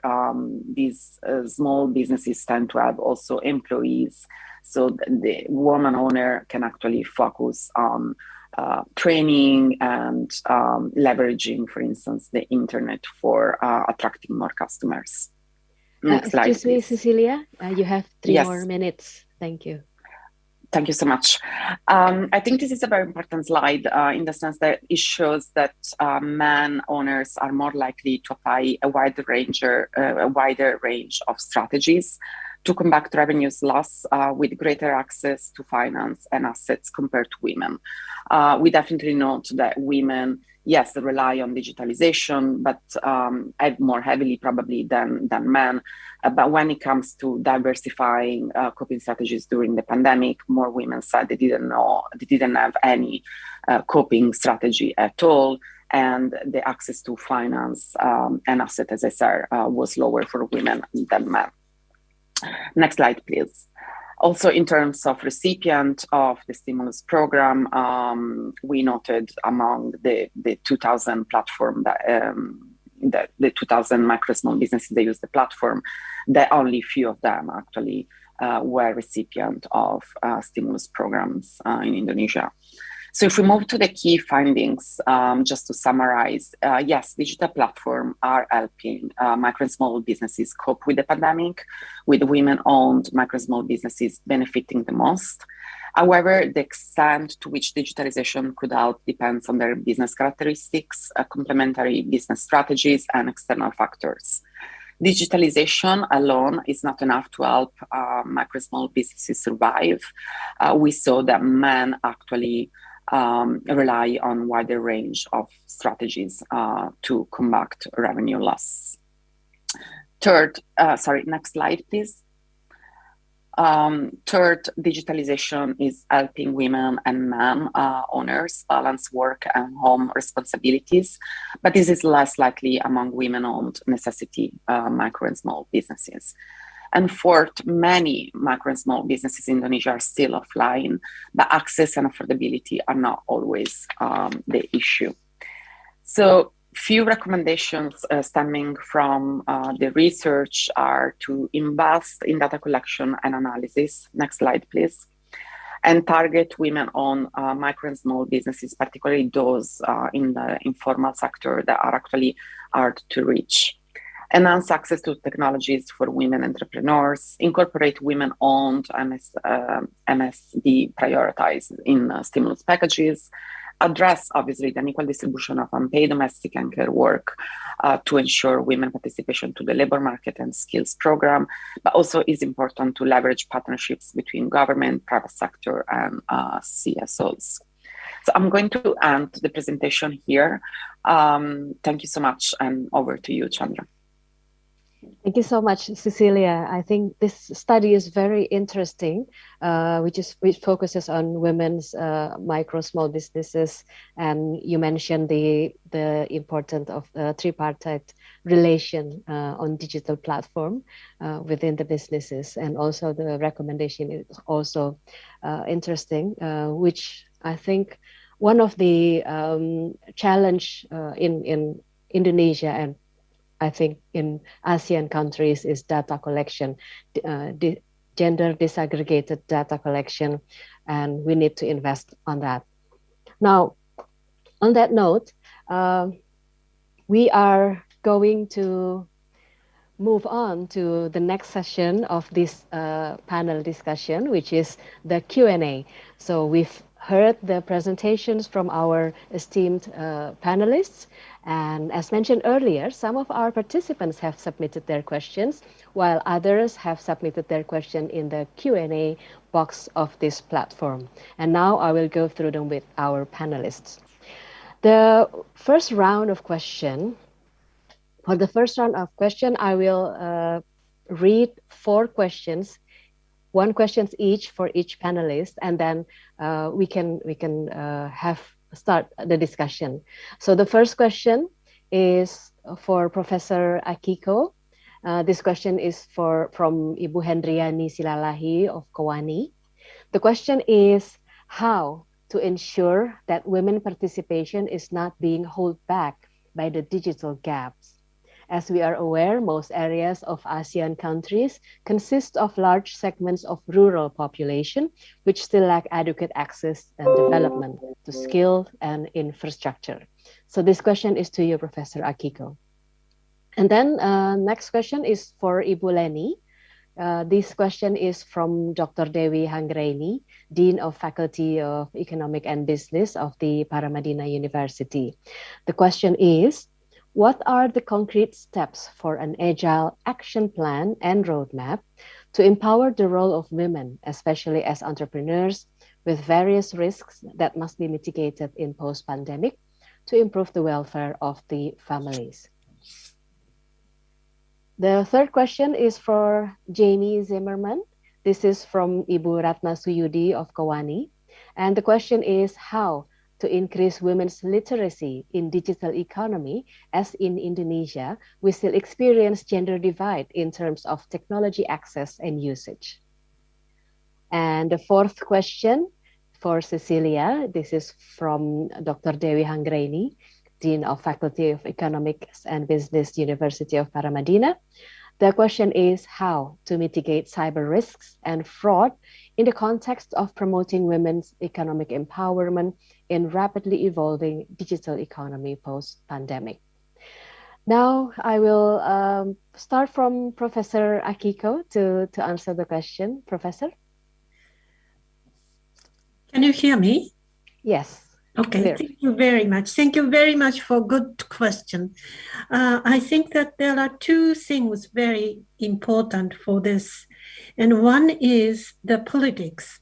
And as we are going to encourage Minister of Finance of Indonesia, who are trying to do the support of financially and also training for the rural people as well as local people. So I think that this challenge should be introduced for the other part of the ASEAN as well as Asia Pacific countries. Pacific means Asian countries, which I think that they would like to know more about what kind of policy Indonesia is challenging. And second thing is our network. The worldwide network, diversified network, is very important because information sharing is really important for us to learn new technology, and also practical advice, which we can really share. And the third one is we need some mental support each other. So that is the reason why we need a kind of worldwide network.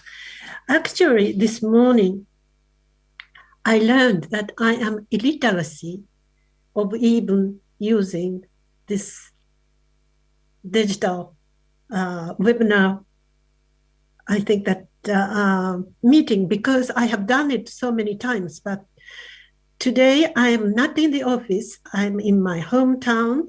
So that's why I don't know how to put the background paper.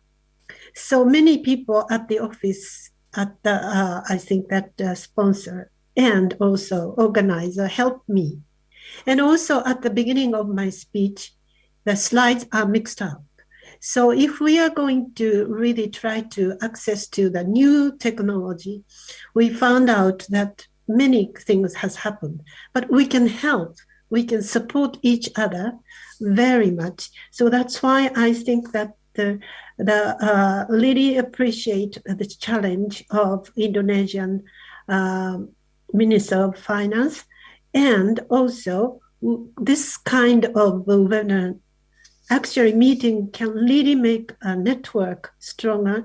And Kowani is one of the biggest women's organization in Indonesia, and they are all, I think, that digital entrepreneurship people. So I don't have to worry about Kowani, but Kowani can provide the local people and also neighboring country that what they have faced and how they have learned. So I think that one just last thing that I remember, Professor Kenneth Galbraith, past Galbraith, who was the professor of Harvard University, very famous economist, said to me when I met him the second time, just before the 21st century, so 1997, he said, there are three issues in the 21st century. One, the rich and the poor problem. Two, nuclear issues. Three, traditional discrimination such as religion, race, nationality, gender, and so on. So we are still facing the same thing at this moment. So I think women's power can really change from the traditional discrimination to more fair world community. If possible, and not if possible, we have to do it. Okay, thank you, Professor Akiko. I think over to Ibu Leni. Your question is about the concrete steps for an agile action plan or roadmap to empower the role of women with various risks that must be mitigated post-pandemic. Thank you, Bu Chandra. Allow me to answer in Bahasa, ya.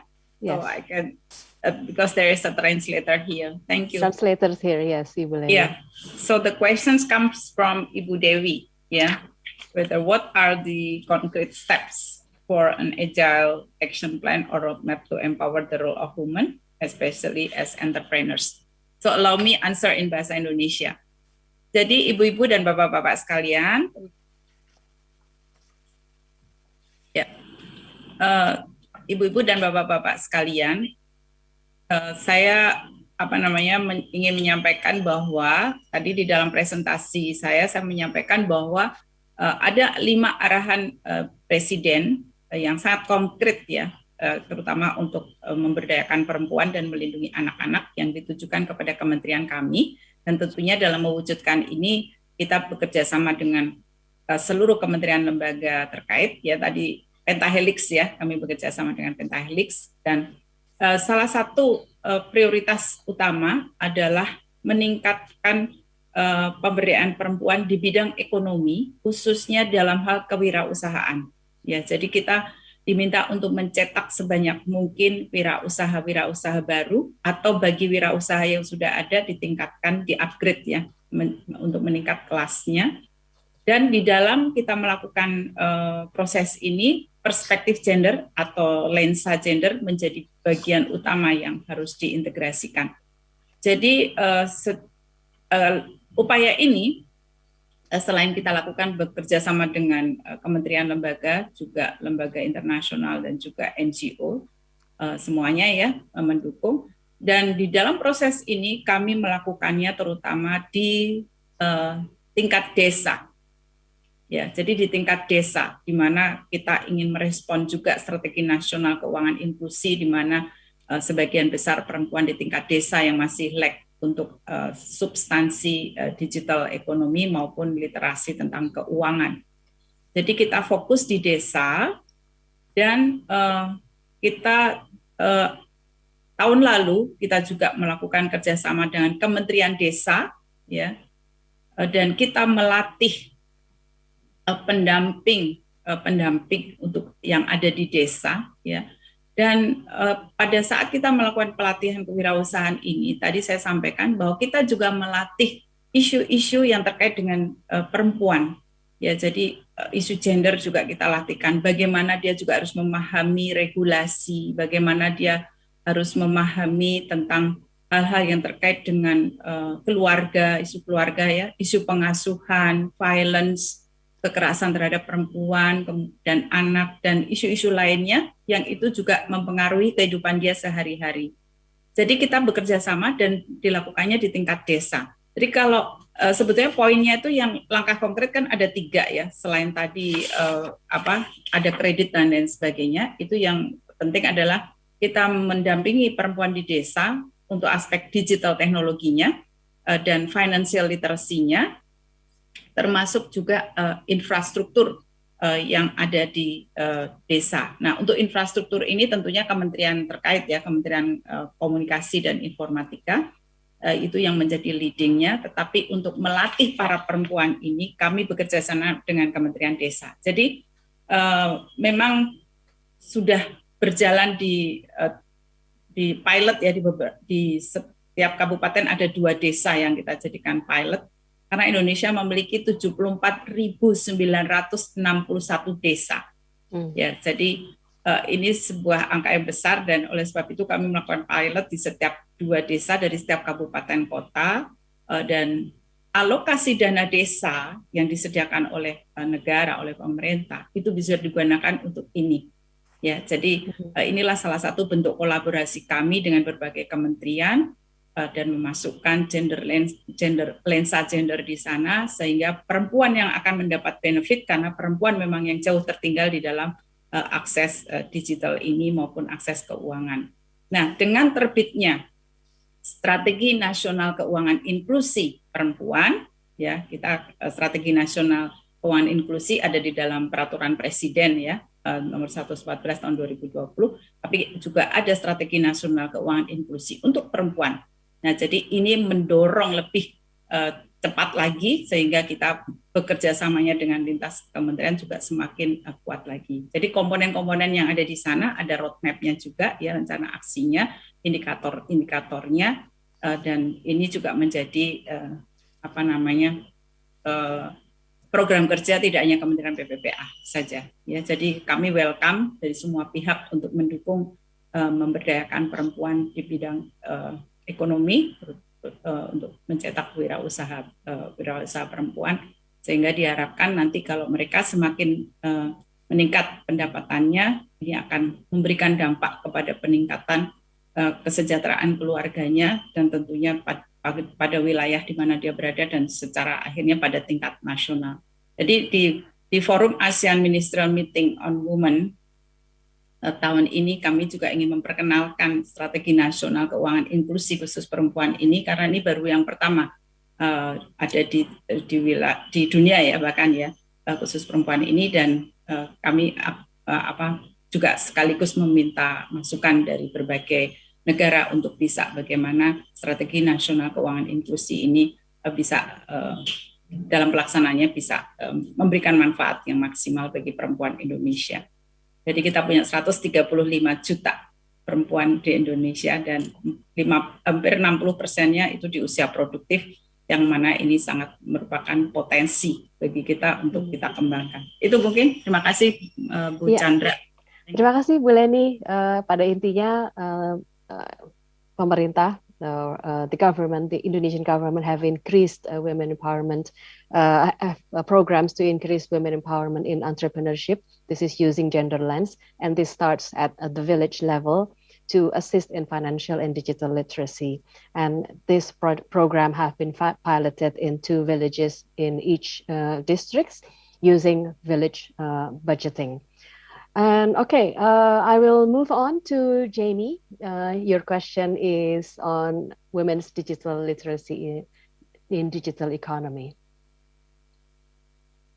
Great, thank you for that, and I'll try to keep it brief. You know, this is such a very important issue, and I think it's been brought up, I think, by every single speaker about financial literacy, digital literacy. We do see some major gaps in gender gaps in digital and financial literacy and digital financial literacy. I think, you know, my answer to the question is really that I would like for us to expand our definition and view beyond literacy, and understand that it's really not just about whether a woman is digitally literate, financially literate, but it's actually more around capabilities. And I think about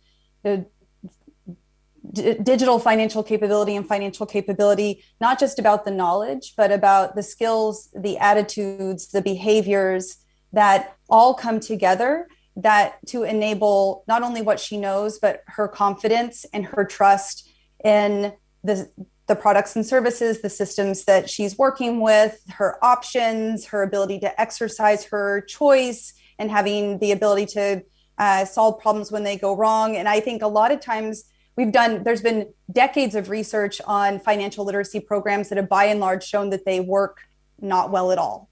And I think part of what we see is that we are building literacy programs to teach women how to be financially literate on financial systems that were never meant to work for them, that were not designed for them, to use products and services that are not accessible to them, and that were not designed with their needs in mind.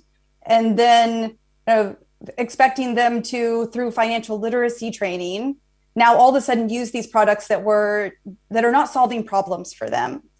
And so I think that if we can expand our view to think about the types of barriers that women face, how to make the systems work for them, and then consider a more expansive view of literacy to think about the different biases and barriers that women are confronted with, and then how do we design the types of products and services that meet their needs, we often will find that they're able to figure it out. And it doesn't require loads of literacy training in order to get there. And so that's, I think that when we get into the elements of not just the literacy barrier, but in addressing the issues of confidence in the ability to use digital financial services and other types of financial products and other tools within the digital economy, confidence to use them, but also confidence that we know how to navigate them and that we are empowered to solve problems when things go wrong, I think that'll go a really long way. What I would also say is when we're able to do that, that also provides us with new opportunities to innovate how we engage in that kind of capability building. So meeting women where they are, real-time application of use of solving problems or testing out products or trying things out in a low risk and real-time environment, so that you're not decoupling literacy training from the actual interaction with the platforms, the products, the services in the system. So that helps, I think, a lot with behavioral biases and other types of skills building over time, and building kind of confidence, trust, and new habits and ways of interacting in a digital way. And that is really required. So just in sum, I think, it's critically important. There are huge gaps there. We're going to really have a lot of challenges if we don't address some of the capability gaps we see in digital capability, financial capability, and digital financial capability. But I think we need to be thinking about it more expansively and actually meeting women where they are, as opposed to punishing them for not knowing how to use systems that were never meant to work for them. Over. Yes, that's a good point, Jamie. So moving beyond literacy and more towards increased capabilities. Now, for Cecilia, I have to make a correction for the question. The question to you is, can you share with us the best practice for sex disaggregated data that ASEAN country can learn to do? So that's the question. Over to you, Cecilia. Many thanks, Chandra, and apologies for not turning on my video, but the weather is very unstable right now and affects my connectivity, so apologies. Yes, not to worry. With regard to the first question, I mean, obviously I'm a statistician, but I would like to remind the audience, actually the recommendation of the Secretary General's Special Advocate for Inclusive Financial for Development and her remarks at the first Asian Women Leaders Summit in 2020. The first recommendation was indeed to advance regulatory frameworks supportive of digital financial services, including ensuring a level playing field for banks and non-bank actors to responsibly provide payment and other financial services, simplified customer onboarding, and rules on use of agents. Second, to improve digital payment infrastructure, such as payment systems, interoperability, and ensuring that all government-to-person payments are digitized. Third, ensuring that women are not deprived of participation in the digital economy through equal access to this infrastructure, particularly through mobile devices and connectivity. Fourth, building regulatory capacity to assess the evolution of innovative financial services. And finally, fitting digital literacy and smart financial consumer protection for the digital age in order to ensure that the digital divides are not exacerbated. In terms of, so there is a strong focus, obviously, on regulatory capacity and regulatory frameworks when we speak about the digital economy. In terms of sex disaggregated data, UN Women has very recently published a report on SDGs disaggregated data that in the Asian countries. I'm going to share the link into the chat, and just highlighting that when we speak about disaggregation and gender data, sex is not the only variable that we need to take into account when we want to reach individuals and groups in vulnerable situations.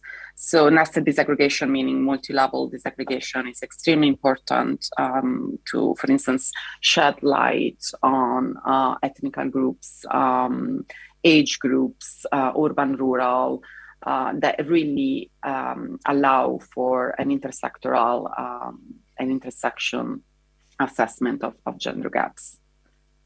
So I hope you can share the link with the participant. Thank you so much.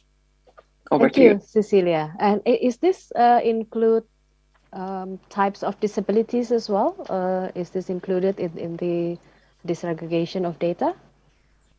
Yes, when it is possible, because the disaggregation of data requires actually quite extensive sample size.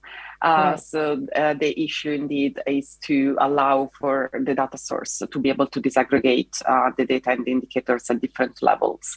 So when that's possible to have accurate and precise estimates, then that was included. But when the data source did not allow for reliable estimates, because, for instance, of sample size issues, then obviously it was not presented. Thanks. Okay, thank you.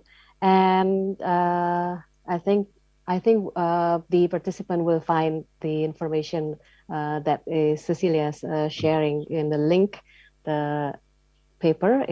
Interesting, very interesting. And now I think we can move on to the second round of questions. I will read a set of questions again for each of the panelists. And I was just informed by the organizer that there is a correction that Ibu Dewi Hanggarini, one of the participants who asked question on the first round, is actually from the University of Pertamina. So apology, Ibu Dewi Hanggarini. Now, the first question for the second round for Professor Akiko is from Gemala Melayu. Now, the question is how to empower women to fulfill children's rights, including health, education, and social life, while women still consider only a supporting system, not the primary system. So that's the question. And secondly, for Ibu Leni, this question is from Ibu Indra Stuti. The question is, lacking access to financial institutions and financial literacy leads to some women trapped in illegal financial technology. Now, how to minimize this problem? And then question for Jamie. This is from Julia Ajmoni. Hopefully I pronounced that correctly. The question is, what can we do to encourage more women to take part in the digital economy? So this is more a practical question. And question to Cecilia, this is from Aulia Cloridiani. The question is, it is challenging for women to take opportunities in the digital economy. Moreover, as the implication of the COVID-19 pandemic, many types of research showed more women were forced to be breadwinners for their families, whether their husband passed away, being sick, or losing their jobs. What's your opinion about this? Okay, I will start with Professor Akiko. Over to you, Professor. Thank you. Thank you very much. Very essential questions. I think that can you hear me? Yes. Yeah, okay. Okay. I think that there are very, very important but very difficult matter to deal with. But please think of, in Japan we have M-shaped life of the women, which means 29 years old, they stop working and get into the house and childbearing and also these kind of houseworks. And then 45 years old, they come back again, but almost all of them are part-time job because they can't come back to the full-time job because of the, I think that the really long time away from the society.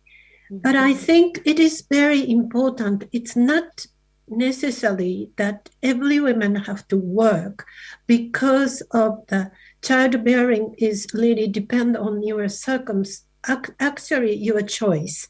So I think we have provide the opportunity to choose your own life. You'd like to be housewife and support your family must be, if you are happy with that, that'll be all right. But if you're not happy, you can choose to do both.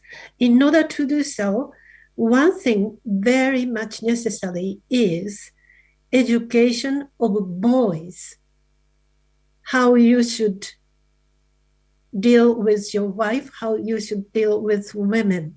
Because if we will try to really make the men to change their mind or their values, it's so difficult. I have two boys. Well, actually, they are grown up, but I have two sons. But I try to teach them how to take care of women and how to deal with women. And I found out that both of them are very happy lives with working women and with children.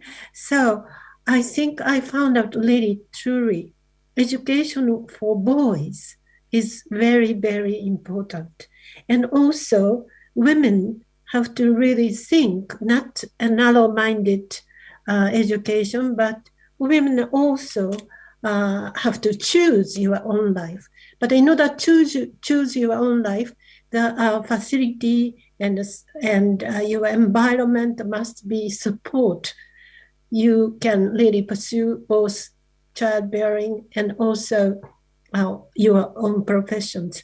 I think it's much better than before, but still it's not enough. So it really depends on how the babysitting system is over there, or what kind of financial, I think, that support you can get. So all of them are very much, I think that we have to work together to really make the education changed and also to open up the mind of women.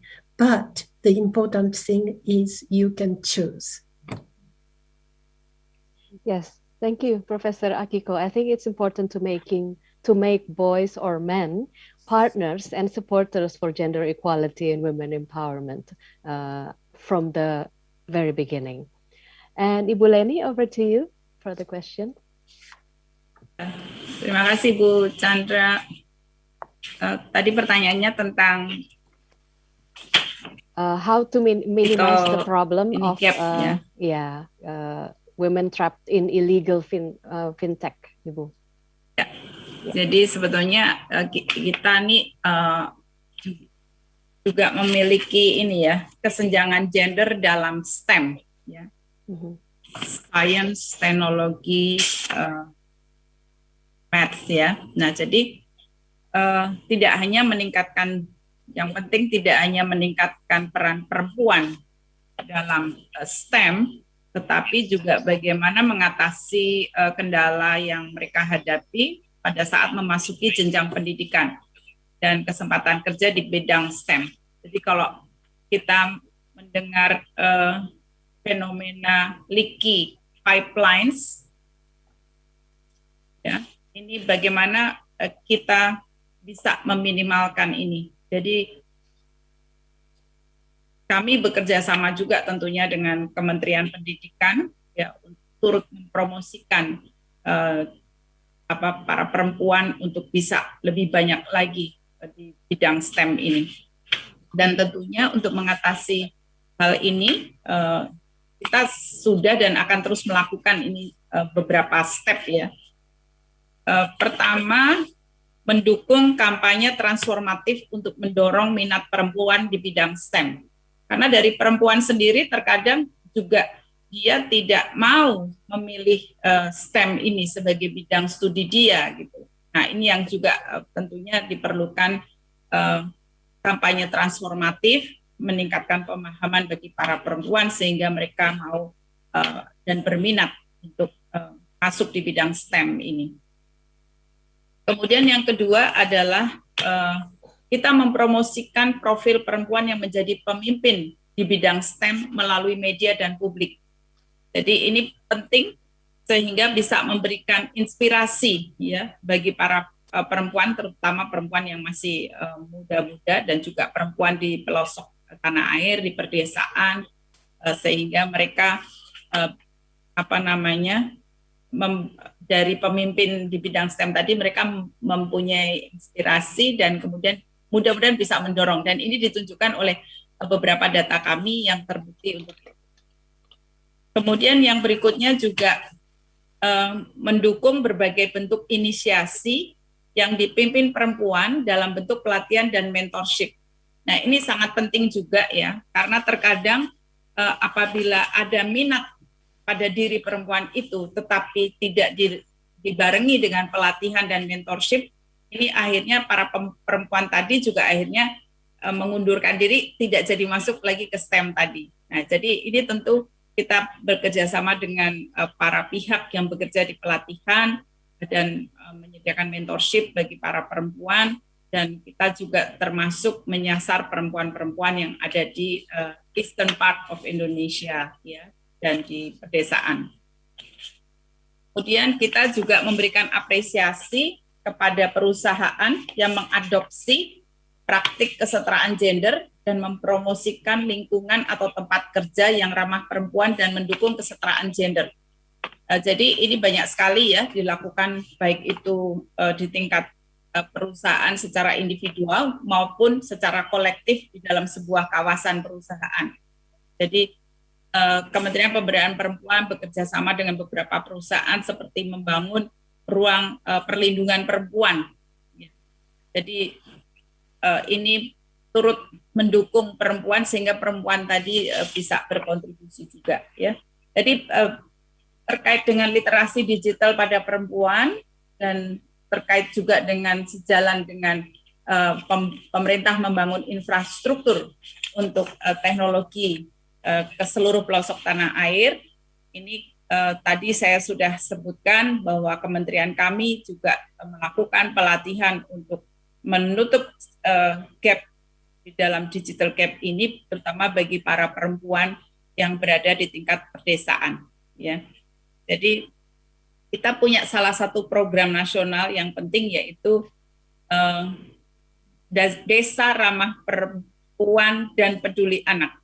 Jadi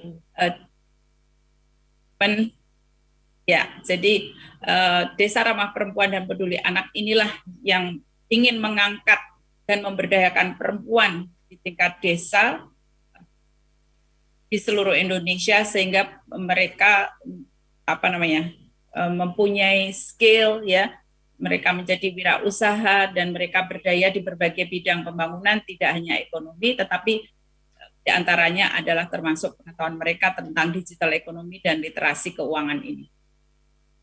Okay. Itu mungkin beberapa yang bisa kami sampaikan. Baik, thank you, Ibu Leni. I think one of the effort by the Indonesian government is to provide training to narrow the digital gaps, especially for women in villages. This includes in the, for example, in programs on women and child-friendly villages that has been going on for years already. And now I will move on to Jamie. Jamie, you can answer your question. All right, thank you so much, Julia, for the question. And just wanting to note, unfortunately, it's quite late here, and as the mother of two young boys myself, I'm going to have to drop after I answer this question so that I have the opportunity to have my work-life balance and say good night to them. So yes. Thank you for your grace and flexibility with that. I was very inspired, Professor Yamanaka, with your reflections on raising boys, and I hope that that I will be able to do the same with mine as they grow. So Julia, to your great question about how we can encourage women to take part in the digital economy, it's a huge question. And I hope that the conversations that we've had today across all the panelists and speakers have inspired you with some ideas. You know, I think that as a kind of on surface level, there are lots of things that we could do, very practically speaking, to encourage women to participate. We've been hearing a lot about different types of incentive programs, policies that are being put into place, fora for discussing how to design policies, products, infrastructure, and make the investments that'll make these things work for women. I think that there's a lot to say for knowing where the women are and what they need. And so what are their jobs, and how do we make the digital economy something that that they can link to their jobs and improve their livelihoods? How do we link it to what they need and do every day, whether it's caring for their children or managing household expenses or things like education, health, paying bills? So thinking about those use cases of what is meaningful for women and what reduces a burden that she has. So, if this is kind of we're thinking about all the ways we can build supply by addressing the policy challenges, addressing the infrastructure challenges that women face, and some very real gender barriers and huge gaps. We talked about the financial inclusion gap for women. There's also a huge digital identification gap, a 15 percentage point gap in women having access to digital IDs or identification overall. And it's very difficult to participate formally in the digital economy or have a digital financial service if you are not able to identify yourself. And that is a real gap. So, and then all the way down to bias, discrimination, longstanding social norms that send the signal to women that this isn't for her. This is not meant for you. And that is something that we've seen in our user profile type research, demand type research over time, that we have to figure out how to not just break down that perception, but actually fix the systems and policies and services that are sending her those messages. It's not in her head. It wasn't meant for her, and we have to fix that. And so I think that there are very practical things that we can do that would be great interventions to encourage to refine and have better products and services and better kind of foundational enabling factors, like enabling foundations that would help this work better for women. But I think there's some more foundational stuff that we still really need to work on at the systemic level. And I think we have to do all of the above. And do it, all at the same time. So, I'd say, there are lots of great resources. Just in closing on this, MicroSave has produced a lot of them on amazing toolkits and other types of guidance for including women in the digital economy. UNCDF is another entity, Women's World Banking, that's very active in Indonesia, have been producing a lot of great guidance connected to the the G20 and the UN Women and the Generation Equality Forum. There's also a Reaching Financial Equality call to action with a 10-point plan for how to achieve financial equality globally at an accelerated pace. So all of those institutions and reports and the many others that have been shared in the chat and talked about today, I encourage us all to voraciously absorb those and continue these conversations and get creative and come up with solutions. And like I said, I think it's going to be all hands on deck. We're going to have to all work together to address all these multifaceted barriers. They're coming at us from all angles.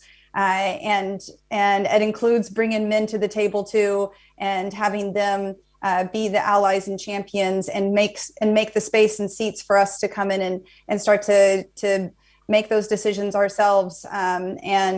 And I think that, you know, once we get there, things will start moving a whole lot faster. So thank you very much for including me in this conversation. It has been such a pleasure, and I apologize for having to sneak off the virtual stage before the event is over, but it has been a real pleasure to be here with you. Thank you again. Thank you so much, Jamie. Do you have closing statement or? That was it. That was it. Okay. Thank you and good night, and say hi to your children. Okay. I think we can move. Again, thank you so much for Jamie for her insightful answers. We need to move on to Cecilia. Cecilia, the question is your opinion about the challenge that women have to take in the digital economic opportunities, especially because women during the pandemic have been forced into being breadwinners of the house. Cecilia, over to you. Thank you so much, Chandra. Obviously, I represent an organization, so that is very much opinionated, obviously, on what are actually the effect of the pandemic on women and girls. And yes, UN Women definitely is advocating for a more gender-sensitive recovery from the COVID-19, because indeed, women and girls are the one paying the highest price of the COVID-19 pandemic. We've been at the forefront of providing evidence on the effect of the pandemic on women and girls and men and boys through rapid gender assessment surveys. So data collection in Asia Pacific, we conducted them soon after the pandemic COVID-19 was declared a pandemic in 11 countries in the region. I will share the link to the report as well later on. And what this gender data is telling us is that women are indeed taking on the great bulk of increased unpaid domestic and care work that was triggered by the pandemic, with homeschooling, increased domestic work, increased care work, even providing unpaid medical care to the sick and the illness within the household. And this has resulted in worsening of mental health with increased stress and negative state of being and mental health. And also we see in the region, but also globally, that women are more likely to lose their jobs. And actually, there is global evidence that shows that the labor force participation for women is decreasing substantially, meaning not just the employment rate, but even unemployment rate. So women are not even looking or are not available any longer to work. So when we look what are the solutions, obviously women participation in COVID-19 task force would be critical to ensure that the needs of marginalized groups, such as, for instance, women and girls, are included in the development, planning, and budgeting of COVID-19 response and recovery. But when we look, for instance, at the Asian region, we see that across 11 COVID-19 task force, only in 8 ASEAN member states, women represent only 25% or less in this COVID-19 task force. 3 out of 11 do not have women representation at all. When we look, for instance, at adoption of gender-sensitive measures in COVID-19 response, we see that in 9 out of 10 Asian member states, indeed, policy measures for COVID-19 response have addressed violence against women, which has also been increasing during COVID-19, but only 4 Asian member states have addressed target measure to tackle women's economic security and empowerment. And when we look at direct support to unpaid care work, we see that only 3 member states have adopted specific measures. So indeed, tackling the gender gaps in the consequences of COVID-19 needs also to ensure that women have a seat at the table to influence the policies and COVID-19 response, so that rights of women in the region and beyond are actually observed and enhanced. Thank you. Thank you, Cecilia. And I think we can move on to the last question. This is for Ibu Leni. Ibu Leni, this question is from Bapak Wahyu Susilo from the Migrant Care. Now the question is, in Indonesia, most remittance are from women migrant workers. So the question is, what is the Indonesian government strategy for the protection of women migrant workers, as well as to strengthen economic empowerment and gender equality? Terima kasih. Sebetulnya terkait dengan migrant workers ini juga menjadi salah satu target ya dari strategi nasional keuangan inklusi perempuan khususnya. Itu tertuang di sana bahwa ada 4 kategori ya perempuan, salah satunya adalah perempuan pekerja migran, dan betul sekali bahwa remitansi mereka itu harus kita upayakan untuk bisa memberikan manfaat ya bagi perempuan itu sendiri dan bagi keluarganya tentunya, karena mereka akan melakukan menjadi pekerja di luar negeri itu kan tujuannya tentu untuk memperbaiki ekonomi keluarganya dan juga tentunya ingin agar mereka lebih sejahtera, kan begitu ya. Nah, salah satu karena itu merupakan salah satu dari target dari Strategi Nasional Keuangan Inklusi Perempuan atau SNKI Perempuan, dan itu juga sudah diatur di dalam strategi nasional tersebut, sehingga ini menjadi karena dia menjadi target ya, jadi seluruh program kerja yang ada di SNKI Perempuan itu tentunya berlaku juga. Selain tadi yang 40% perempuan yang berada pada kuantil terendah ya, kemudian ada perempuan kepala keluarga ya, juga perempuan pekerja migran ini. Nah, ini tentunya seluruh rencana kerja yang ada di sana juga menjadi bagian dari target tersebut.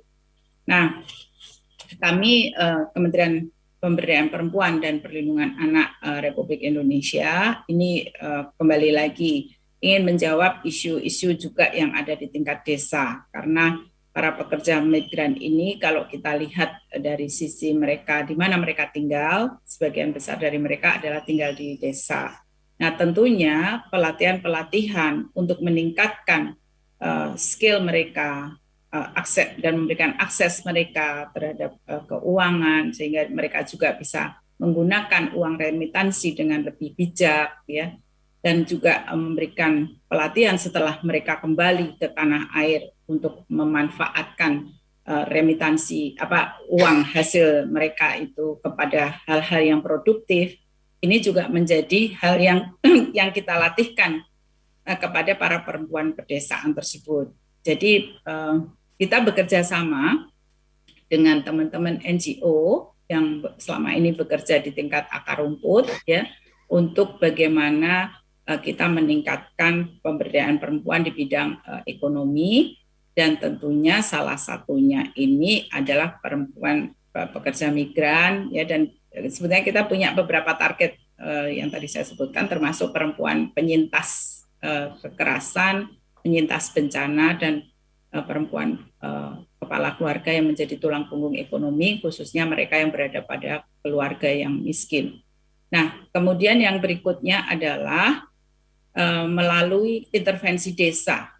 Itu tadi saya sudah sempat sebutkan, desa ramah perempuan dan peduli anak itu menjadi salah satu jawaban untuk bagaimana kita memberdayakan para perempuan tersebut, substansi-substansi materi yang diajarkan kepada mereka, dan satu hal yang penting adalah kita memberikan pendampingan bagi para perempuan tersebut, karena kita tidak bisa hanya melatih saja, tetapi kita harus mendampingi mereka. Dan inilah kerjasama kami dengan teman-teman di NGO. Semoga perempuan tersebut tadi karena didampingi sehingga diharapkan ada memberikan nilai tambah, dan ini juga kita pantau dan kita evaluasi. Jadi ke depan akan terus kita perkuat ini.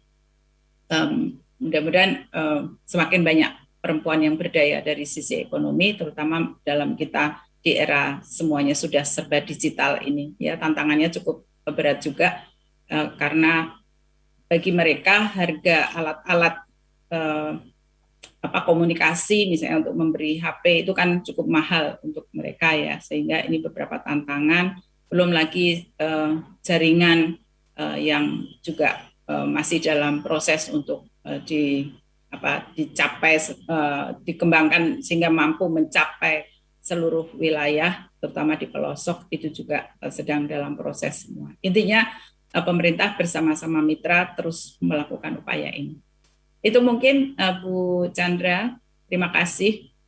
Ya, baik, terima kasih Ibu Leni. I think to conclude, based on the discussions, the presentation, the question and answer session, what we can see is there are work that needs to be done at all levels to increase women's empowerment in digital economy, as well as women's entrepreneurship capabilities. And this includes all women, involving women with disabilities, indigenous women, and women that come from lower quintile families. And ASEAN countries will address this issue based on their own political, economic, and social dynamics, but as a region, we'll support each other to promote digital economy, especially for women empowerment and gender equality. And that, ladies and gentlemen, conclude our discussion this morning. Thank you kindly, our distinguished panelists, for the fruitful discussion. Hopefully, the result can be discussed even further during the ASEAN Ministerial Meeting on Women that will be commencing next week. Back to you, Vina. Thank you, Mbak Chandra Sugarda, and thank you to the esteemed panelists for making such an important dialogue for us all. I am now inviting our country director of MSc in Indonesia, Ibu Grace Retnowati, to deliver the webinar's closing remark. Ibu Grace, the time is yours. Thank you, Vina, for the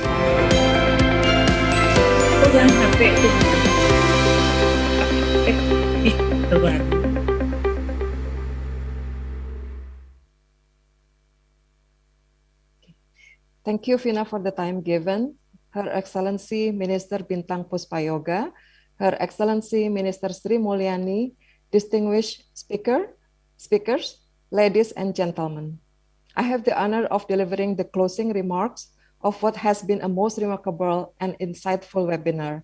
I believe this webinar has done what it sought to do by providing a platform for sharing experiences and lessons learned in the delivery of a gender-responsive and socially inclusive women economic empowerment programs and policies, and helping to lay the foundations for aligning key regional commitments for building a more gender-inclusive digital economy. At the beginning of this webinar, we heard remarks from Her Excellency Minister Bintang Puspayoga and Minister Sri Mulyani that were thought-provoking and laid a perfect foundation for stimulating the discussions that ensued. The plenary sessions and discussions have effectively addressed issues pertaining to impact on the pandemic on women in the Asian regions, opportunities and challenges in making financial inclusions for work for women, Asians as well as Indonesia priorities, strategies, and commitment in accelerating women economic empowerment in the region, and international best practices and policies to accelerating women economic empowerment in digital economy.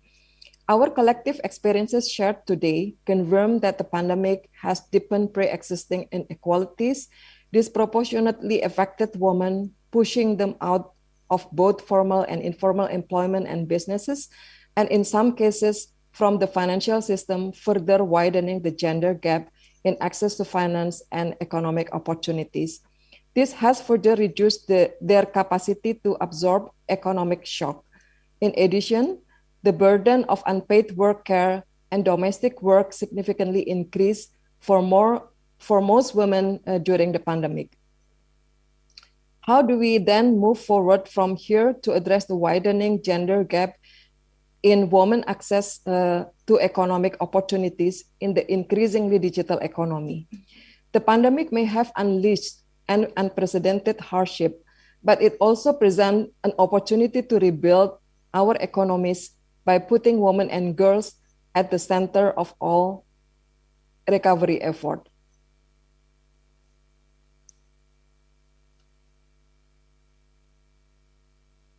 At MSG, we have constantly worked at it and believe that all of us collectively need to build local and global partnership for increasing opportunities for women.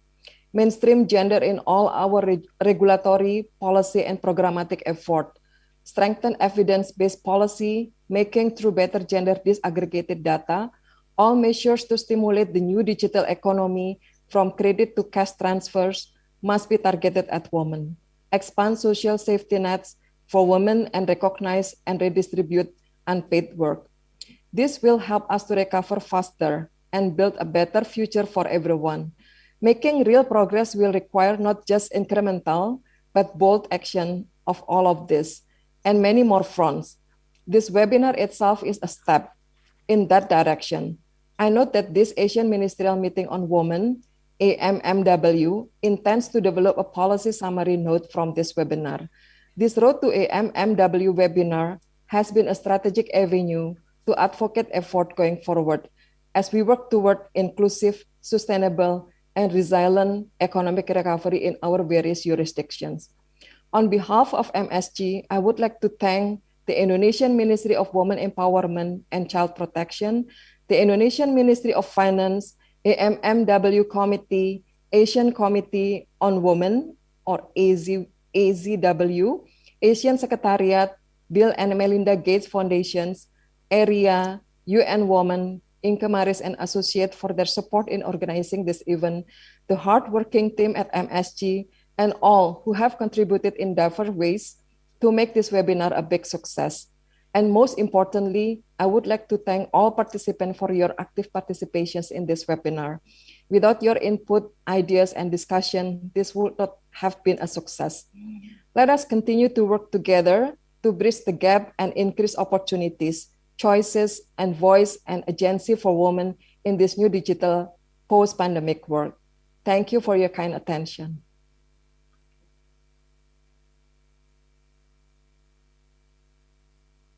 Thank you, Ibu Grace. Now allow me again to take this moment for a closing photo opportunity of all speakers, moderator, and guests in the panelist Zoom room. Please, can you open your camera and smile for the photo? Okay, on my count, 1, 2, 3. Another one, on my count, 1, 2, 3. Great, thank you. And that is the end of our webinar. We hope you have enjoyed the conversation. We have learned so much from today's webinar, the igniting dialogue and exchange of learnings and best practices with regards to increasing women's participation and strengthening women's access to digital economy. We hope this webinar has been a valuable session of sharing and learning. You can see the recording of this webinar on the YouTube channel of MicroSave Consulting or the Indonesian Ministry of Women's Empowerment and Child Protection. We thank you for your participation in this webinar Goodbye and have a good day. Thank you.